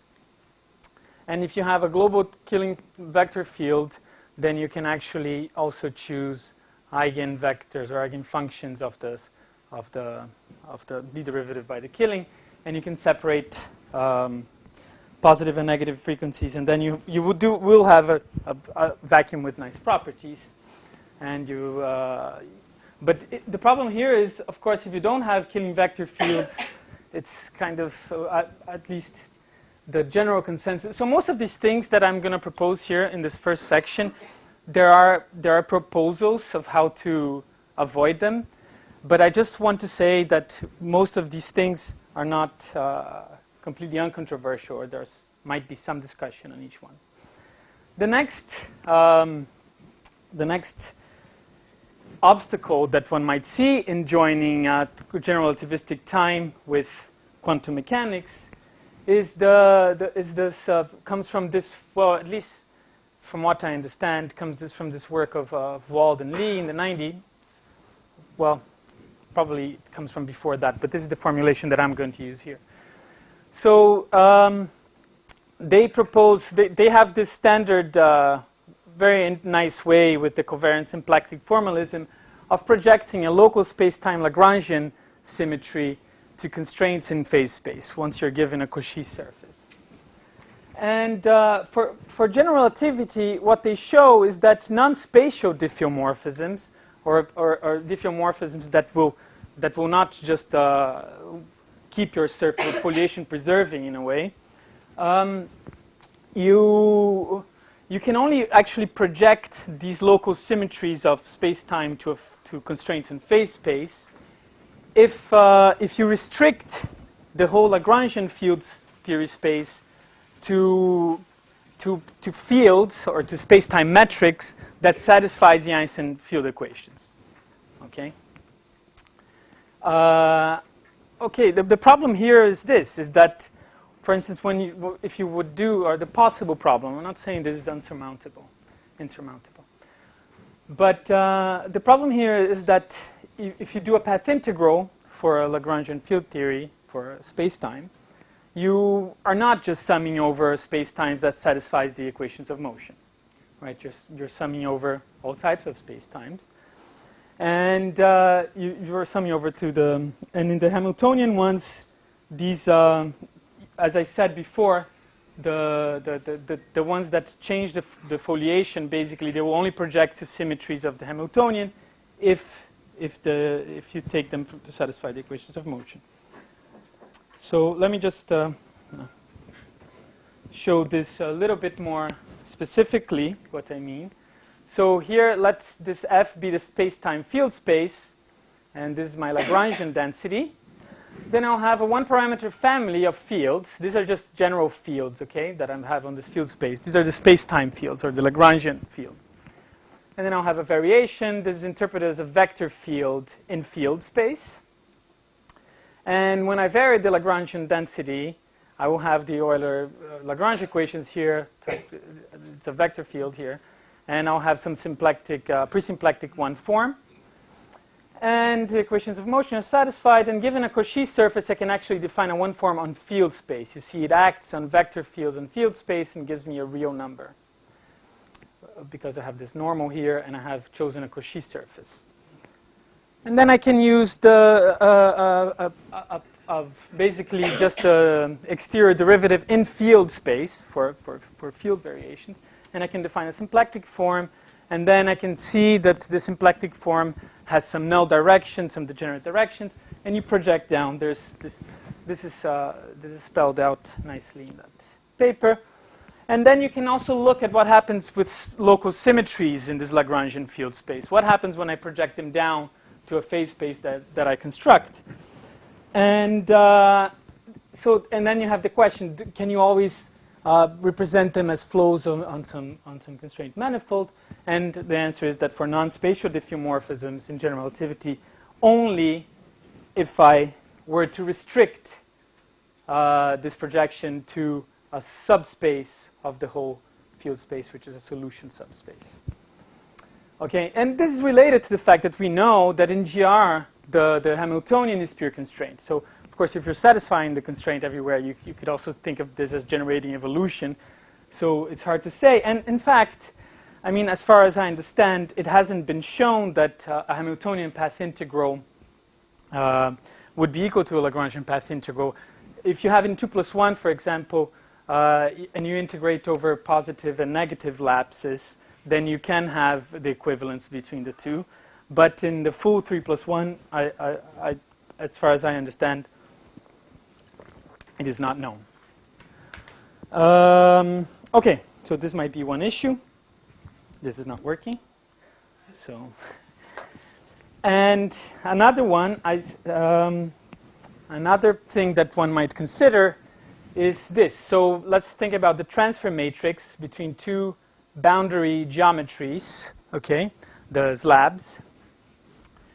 And so this is just a definition of what HI is. And what I have been saying before is that if I have these on-shell refoliations, they will shift these boundary geometries in a field or space-time field-dependent manner, right? And one of the aims that I will have here is to have this transfer matrix acting on gauge invariant in and out states. Okay, this is one of the things that I want to propose of how to do here, to have actually this H1 and H2 be represented by orbits that act intrinsically. And then the last point here. First, I should make it clear that I think asymptotic safety is probably the nicest approach to quantum gravity. I really like it. I think it's the one with the minimal assumptions, and it's really nice. But so don't take this the wrong way. But so as we saw in the talk by Frank, much better. And there's actually, I didn't steal this from you, Frank, the picture, but we're using the same picture, but it's a very yeah, exactly.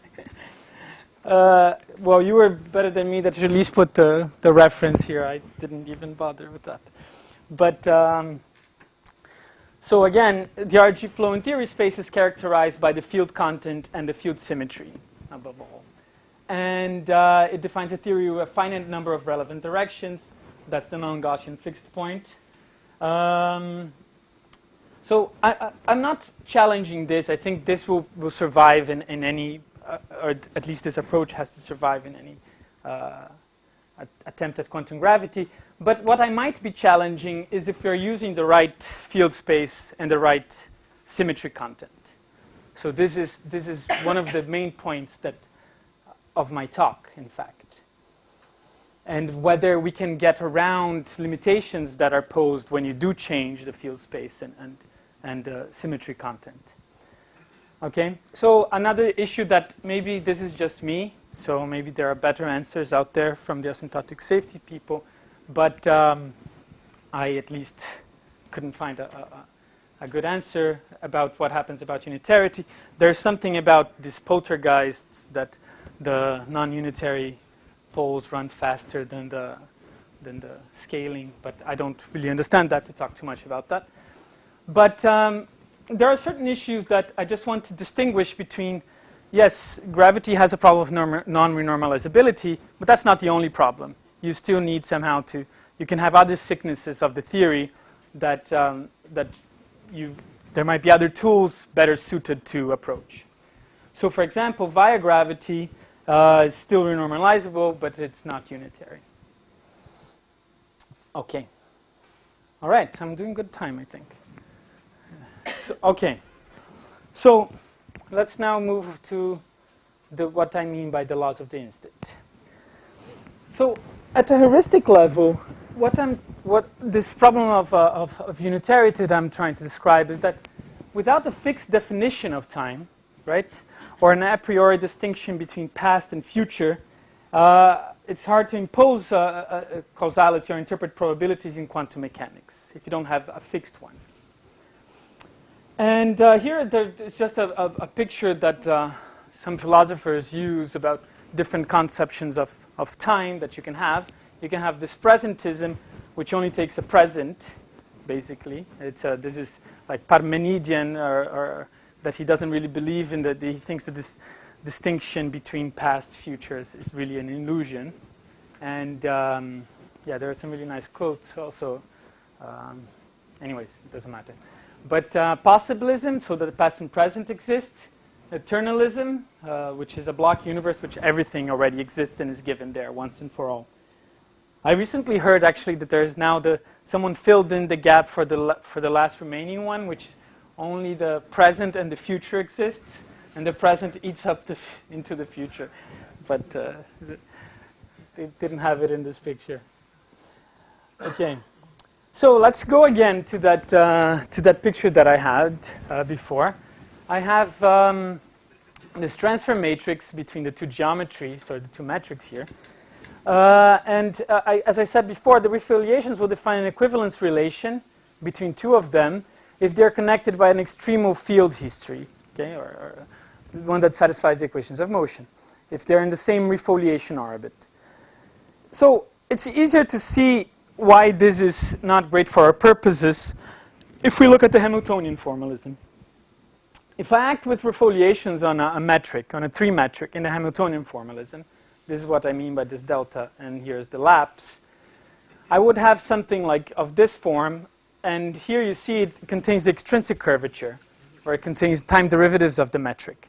So it's leaving that initial slab, basically, or it requires information outside of that initial slab.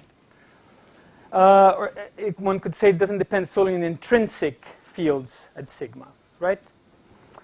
So I would try to look for possible symmetries that do maintain, do have an action that is intrinsic to these sigmas by demanding that they're linear in the momenta, right? Because then when I do a Poisson bracket with here, I will eliminate the momenta, and I'll have something that only depends on the metric H and on possible Lagrange fields. So this is the... And, you know, this is not working. And you can go on and you can try to look for them explicitly. You just take some trial ones. Here you have some general functionals of the metric and Ricci tensor and so on. And you see when would they generate symmetries. And then you see in the sense that if they if they form first-class constraints. And at least up to 4th order, I think, is what I tried. I haven't proved this in all generality, but I think it's a solid conjecture. The first-class property implies any of these here. So first, I can take just no dependence on the metric and just have this as a Lagrange tensor field. And this would imply a constraint of the form of pi b equals 0. This is completely frozen. There's no dynamics there. So really no possibility of dynamics there. I don't want that. And another one is that there is a scalar Lagrange multiplier and the metric. This gives you the Weyl constraint, trace pi. Okay, this is called the Weyl constraint because, as Flavio said, and I think Julian as well, this would generate, upon the action of Poisson brackets, this would generate conformal transformations of your metric and of your momenta. And finally, we have, with one derivatives, we have the spatial diffeomorphisms, okay, which depends on a vector Lagrange multiplier. And I will try to switch slides with this until the end of the talk, I'm sure. And so, yeah, the more complicated ones, if you try something like this, they don't really close if you try to put them in there and try to see when they form first-class constraints. They don't really close. This is not entirely true. There's one exception, which is of this form. This does close. But this is something called the conformal Laplacian. It has covariant properties in the conformal transformations. This is invariant in the conformal transformations. So you can translate this using Yamabe classes and transforming this into constant ones. And depending on the Yamabe class, it will reduce to trace pi equals 0. Other Yamabe classes, I can't really say. So here's what we're getting to at this first part, is that by demanding law of the instant in metric variables, so having this transfer matrix picture and demanding that my symmetries will just shift things around in these two surfaces, this already suggests that the conformal geometrodynamic or the kinematical degrees of freedom are the real physical degrees of freedom. Okay, and this is what I was referring to when I said that, yes, maybe I can still retain the same picture of asymptotic safety, but maybe I'm not in the, or I could consider a different environment for it, a different theory space. Okay. You're throwing away the Dirac algebra. Sorry. By just insisting on linearity. That's true. Yes, that's right. The Dirac algebra, as you know, it's an algebroid, right? As well. It depends on the field point. You call it, but it's called the Dirac algebra. That's right. I am. That's right. Yes, I am. Yeah, I'm just mentioning that because that is well, we'll see. It will be kind of pertinent here. So if I start from a general, so here's a general type of Lagrangian, or an initial general type of Lagrangian that I could have that obeys. Let's at least think first about the time-independent symmetry transformations. Okay. So for the time-independent symmetry transformations, I have. So wait, let me just. How much time do I have? More than 15 minutes. That's not great. More than 15. Okay. Okay, I'm about halfway there. Okay, so good. So here, these tensors here are cotton tensors. I don't think they have been mentioned before in this conference yet, but they are obtained actually from metric variations of the Chern-Simons functional when you write it in terms of the Levi-Civita-1 form. Okay, and they have very interesting properties because they're obtained from a variation of a Chern-Simons functional. They are both traceless and divergenceless, and they have covariant conformal transformation properties. So they transform with a definite weight that doesn't depend on derivatives of the conformal weight under which you transform them. And here you can put as many as you want of them. Each one will come with their own coefficient, but they have to come with some fractional power. And they have to be here in order to cancel a conformal transformation of H. Remember, I want to make this conformally invariant. Okay, so when I perform a conformal transformation, square root of H will transform. This will not transform if I'm talking about still about transformations that don't depend on time. And so I need something here that will cancel out the transformation from this, and this is the object that you can write down. And you have a separate one with a bunch of cosmological constants, and you have a general functional of the Chern-Simons general function of the, well, anyways. And so we can let's take the simplest one. This is the simplest one.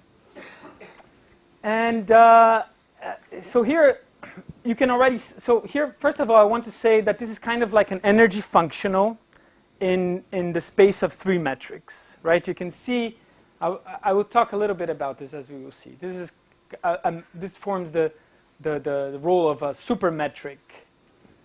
But for now, I still haven't faced the problem that I have only defined constant in time gauge transformations.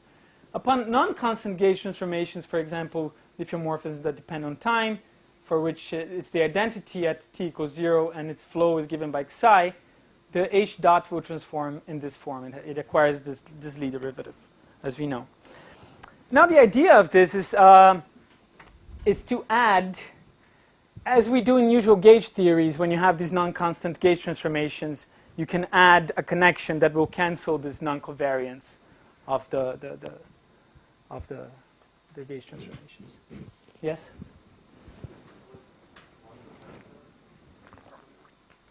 No, because that won't be.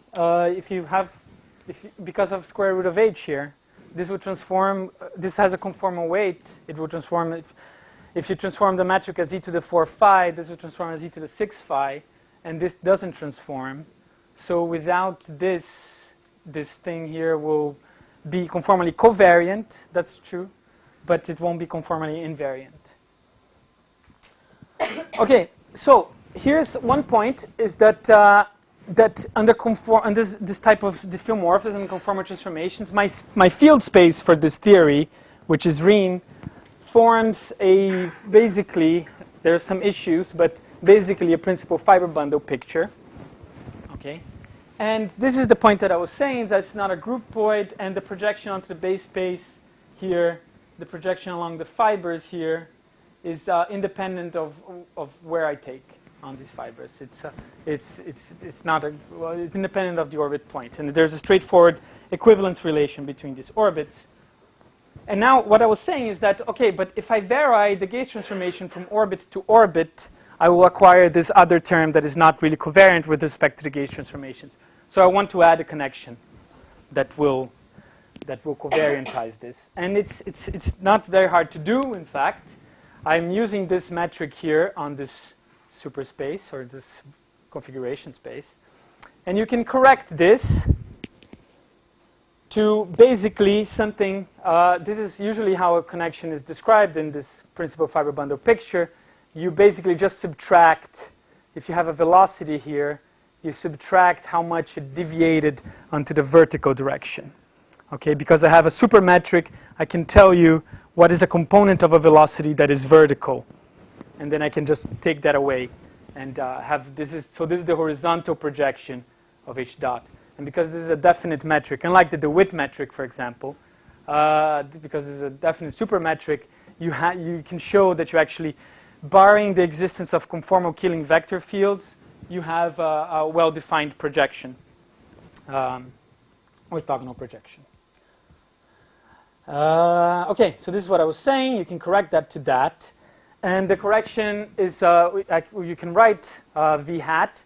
Here I already took the traceless part of H dot, because part of the correction will be just to take the trace part out of the velocities. And this psi, this vector field will be a linear functional on H dot, as it should be as a connection. It acts as a linear functional on the velocities of the trajectories. And it's defined by this, so it's sourced by this, and it's defined by this equation here. And it's the vertical projection with respect to the conformal diffeomorphism covariant metric that I wrote down before. Okay, so basically what I'm saying here is, look, if you can take a path here, and if you choose a point along here, there's a unique horizontal lift of this point, of this curve, I'm sorry, right? So I can write an action in this full space here that will correspond to an action in the base space by choosing something that I know will be a horizontal lift once I have chosen an initial point. And this is what characterizes a horizontal lift, if it's satisfied everywhere. Okay, so now we're getting to the closure of this second part.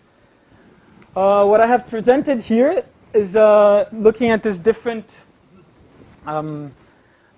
symmetry principles that I want to act in slabs. I was led to particular ones, basically conformal diffeomorphisms, which are the symmetry principles of shape dynamics, which were arrived at by different means, by more thinking about relational concepts. And here the action functional is a conformal diffeoinvariant energy function in Riem. So there are some issues here because you could have done it as a geodesic functional if you have taken a global square root, but I would have just gone to the arc length parametrization as a gauge fixing. So keep that in mind, but that's not really important. And the extremal paths are arc length parametrized geodesics for this metric. So usually for a path integral, you just have a gauge fixing section, right? So you just take something, you take a whole surface that will cut through that big configuration space, that will have one representative for each point in base space. Here I did something slightly different. I'm taking a path integral picture, and so for each path, my gauge fixing is actually, I choose an initial point, and for each path, it gauge fixes the velocity of that path to be horizontally propagated. So each path is only represented once you have chosen the initial point. And then there's this special gauge fixing that basically says, because you see here I could still choose anything because I have a horizontal projection, it would always project to the same thing. But if I choose a gauge fixing for the velocities that says I've actually started with the one on which the vertical projection is just the identity, it turns out that the Popov determinant cancels with the functional delta coming from the horizontal projection. This is, okay, I need to run a little bit. I only have 10 minutes. And there's also something about coupling to matter, something that Flavio mentioned because of the conformal weights, the Young-Mills derivative, the Young-Mills action emerges naturally. But here's the most important point of this part, is that I can explicitly maintain that action, that general action that I showed you. I can explicitly maintain a general Lagrangian that is quadratic in time derivatives and has two transverse traceless momentum degrees of freedom. Okay, so this is somewhat, maybe it has nothing to do with reality, at least this naive one that I've shown you, probably doesn't. But as a principle, I think it might be interesting because, for instance, Rojava-Lifshitz has certain problems with the number of degrees of freedom, scalar gravitons, and so on. Other theories might not maintain the number of time derivatives that you have on the theory. In this one, you have a nice theory space in which you can have both of these features. Okay, so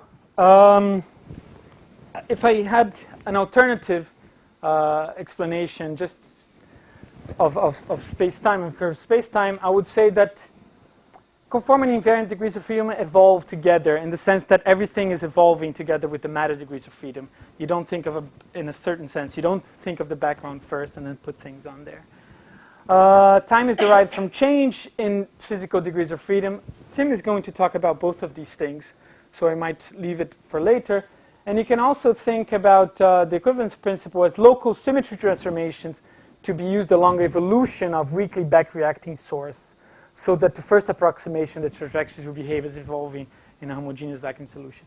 And Steve and I have a paper discussing this for shape dynamics. Okay, so this is the more maybe polemic or controversial part of the talk. So be gentle.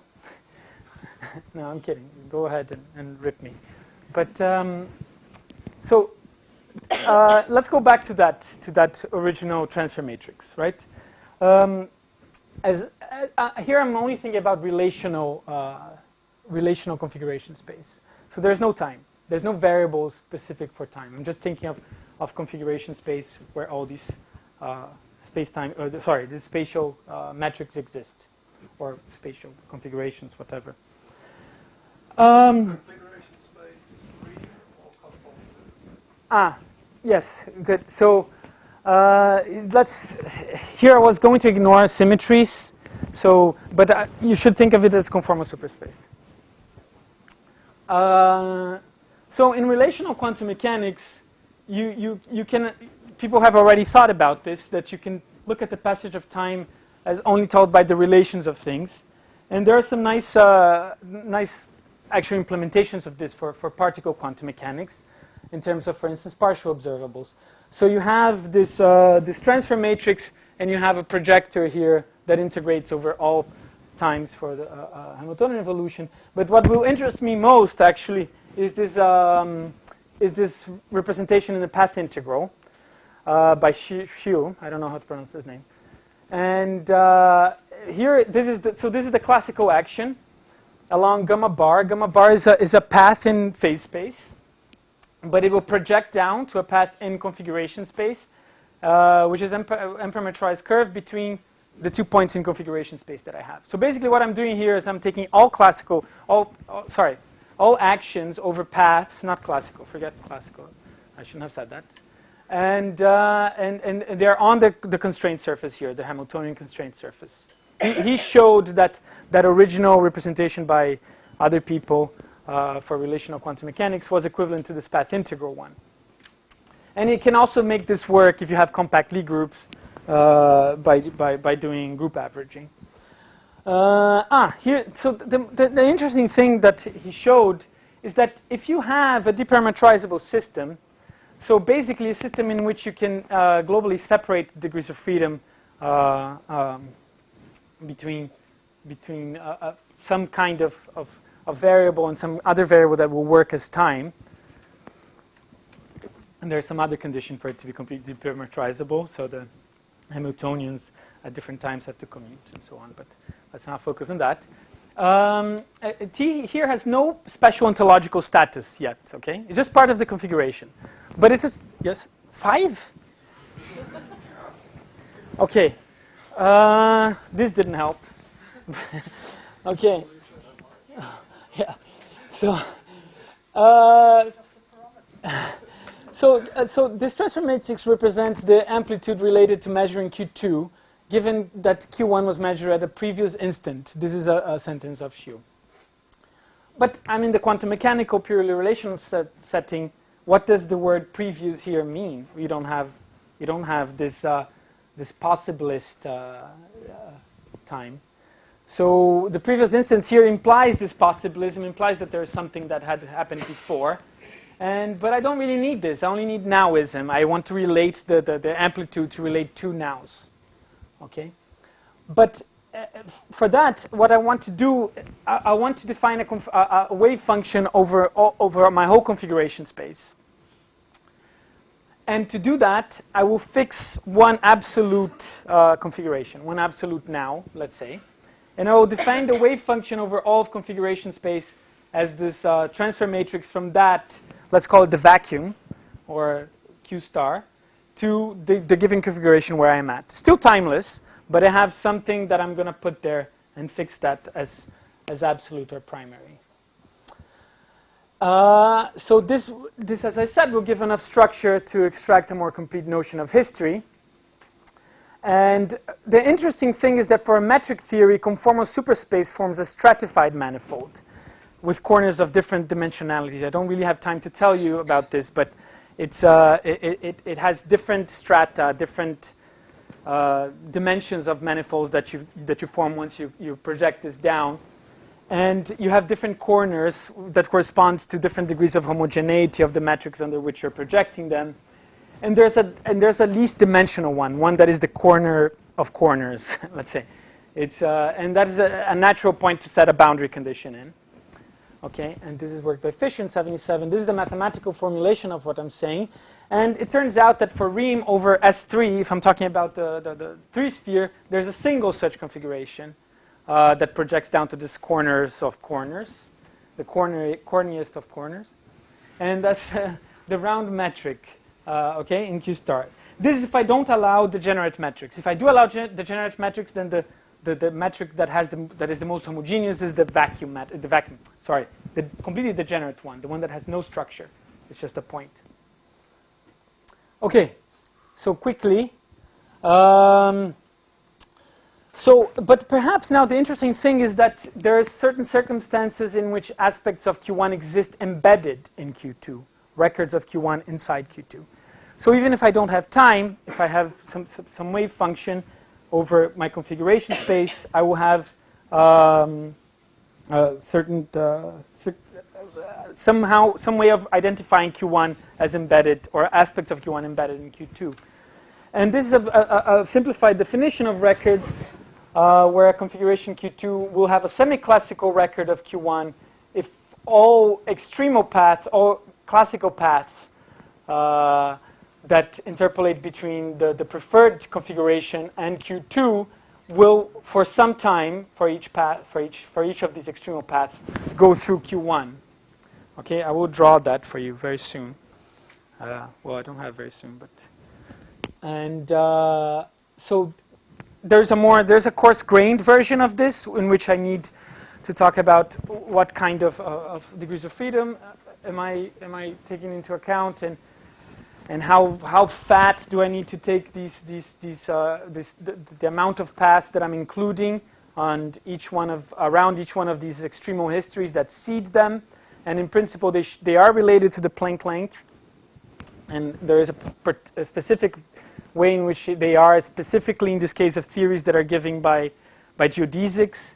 The radius of these are given by radius in this supermetric, and they're just so that it actually communicates the whole amplitude up to h bar. Okay, but what I'm saying is, so here, this would be the record, okay? All the extremal paths are going through this point, and this is the final point, and I'm saying phi r is a record configuration of phi. That's the initial configuration. And then you can show that when this is the case, even if you don't have time, and I don't have time apparently, but that's the amplitude actually decomposes, it factorizes. And this is the interesting thing, okay? So that the amplitude at Q will factorize between the amplitude at Q1 of its record and the amplitude to go from Q1 to Q2. I'm not going to show any of this. But if you have more than one record, and then there are certain conditions in which you have nested records, records of records. Okay. And then you can do some things to actually get, I want to define some way to count configurations. I have the amplitude, and I want to some density over configuration space. And this is what and you can kind of not really derive, but have almost a derivation of the Born rule, that this density should be given by the Born rule on configuration space. We can talk about this later. This comes from the semi-classical approximation, and when there's no interference.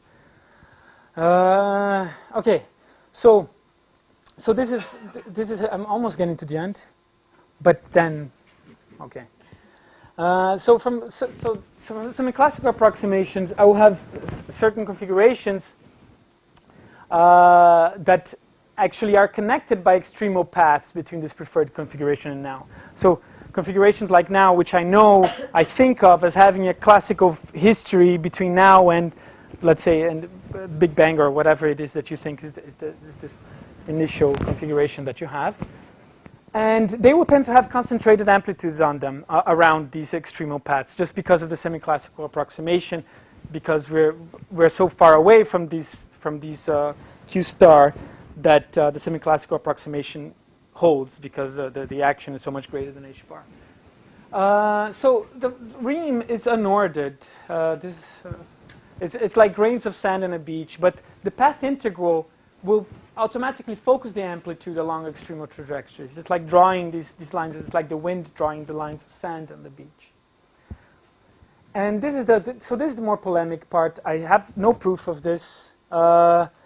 So records will tend to form for these trajectories. And for chaotic systems, extremal trajectories do fan out, right? This is a property of chaotic systems, is that if you just look at configuration space, the trajectories, they disperse, basically. They fan out. This is given by Lyapunov exponents and things like that.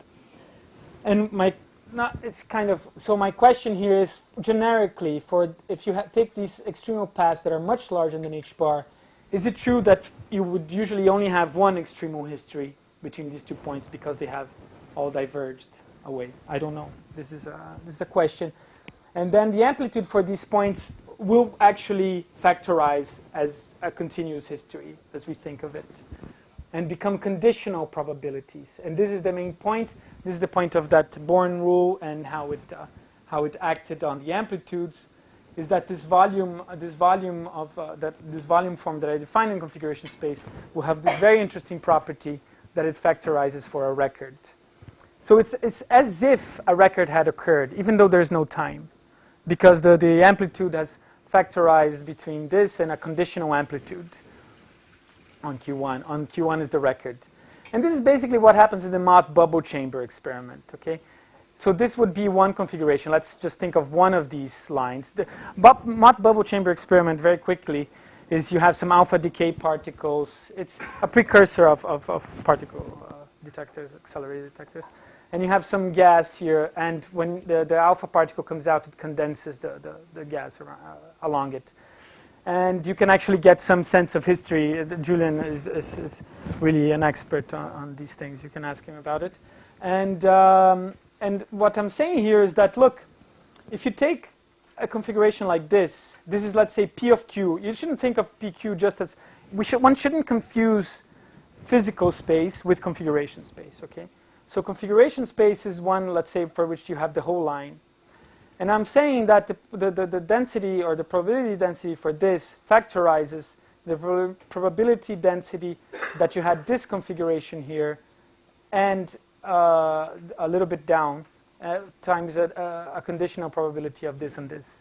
So in this sense, for the existence of this whole thing to happen, you have had the existence of half of it to happen or something like that. So you have this build-up, this nesting of conditional probabilities of which I'm calling, you can build up a history with it. I'm almost done.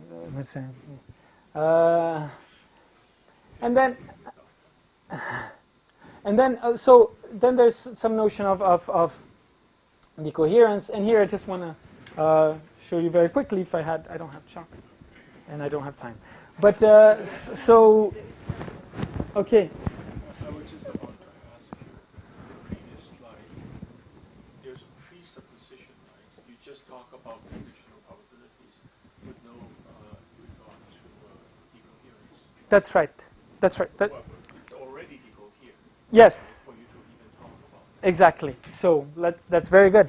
So that brings me to the slide very conveniently.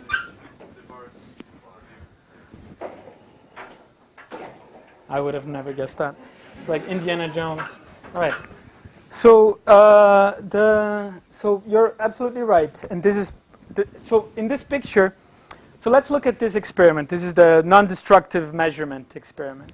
Is you put a bomb in one of the arms of the interferometer, and even if the bomb doesn't explode, right, you don't see interference anymore. And this is not at all puzzling. It's only puzzling if you actually look on physical space, because then you think, well, the trajectories of the particles are meeting on C or D, but the bomb is not exploding. How's it detecting it? But in fact, if you look at it in configuration space, suppose you don't have the bomb there, then you have two trajectories, two extremal trajectories, and they finish at the same configuration. They start at the same initial configuration, they finish at the same initial configuration.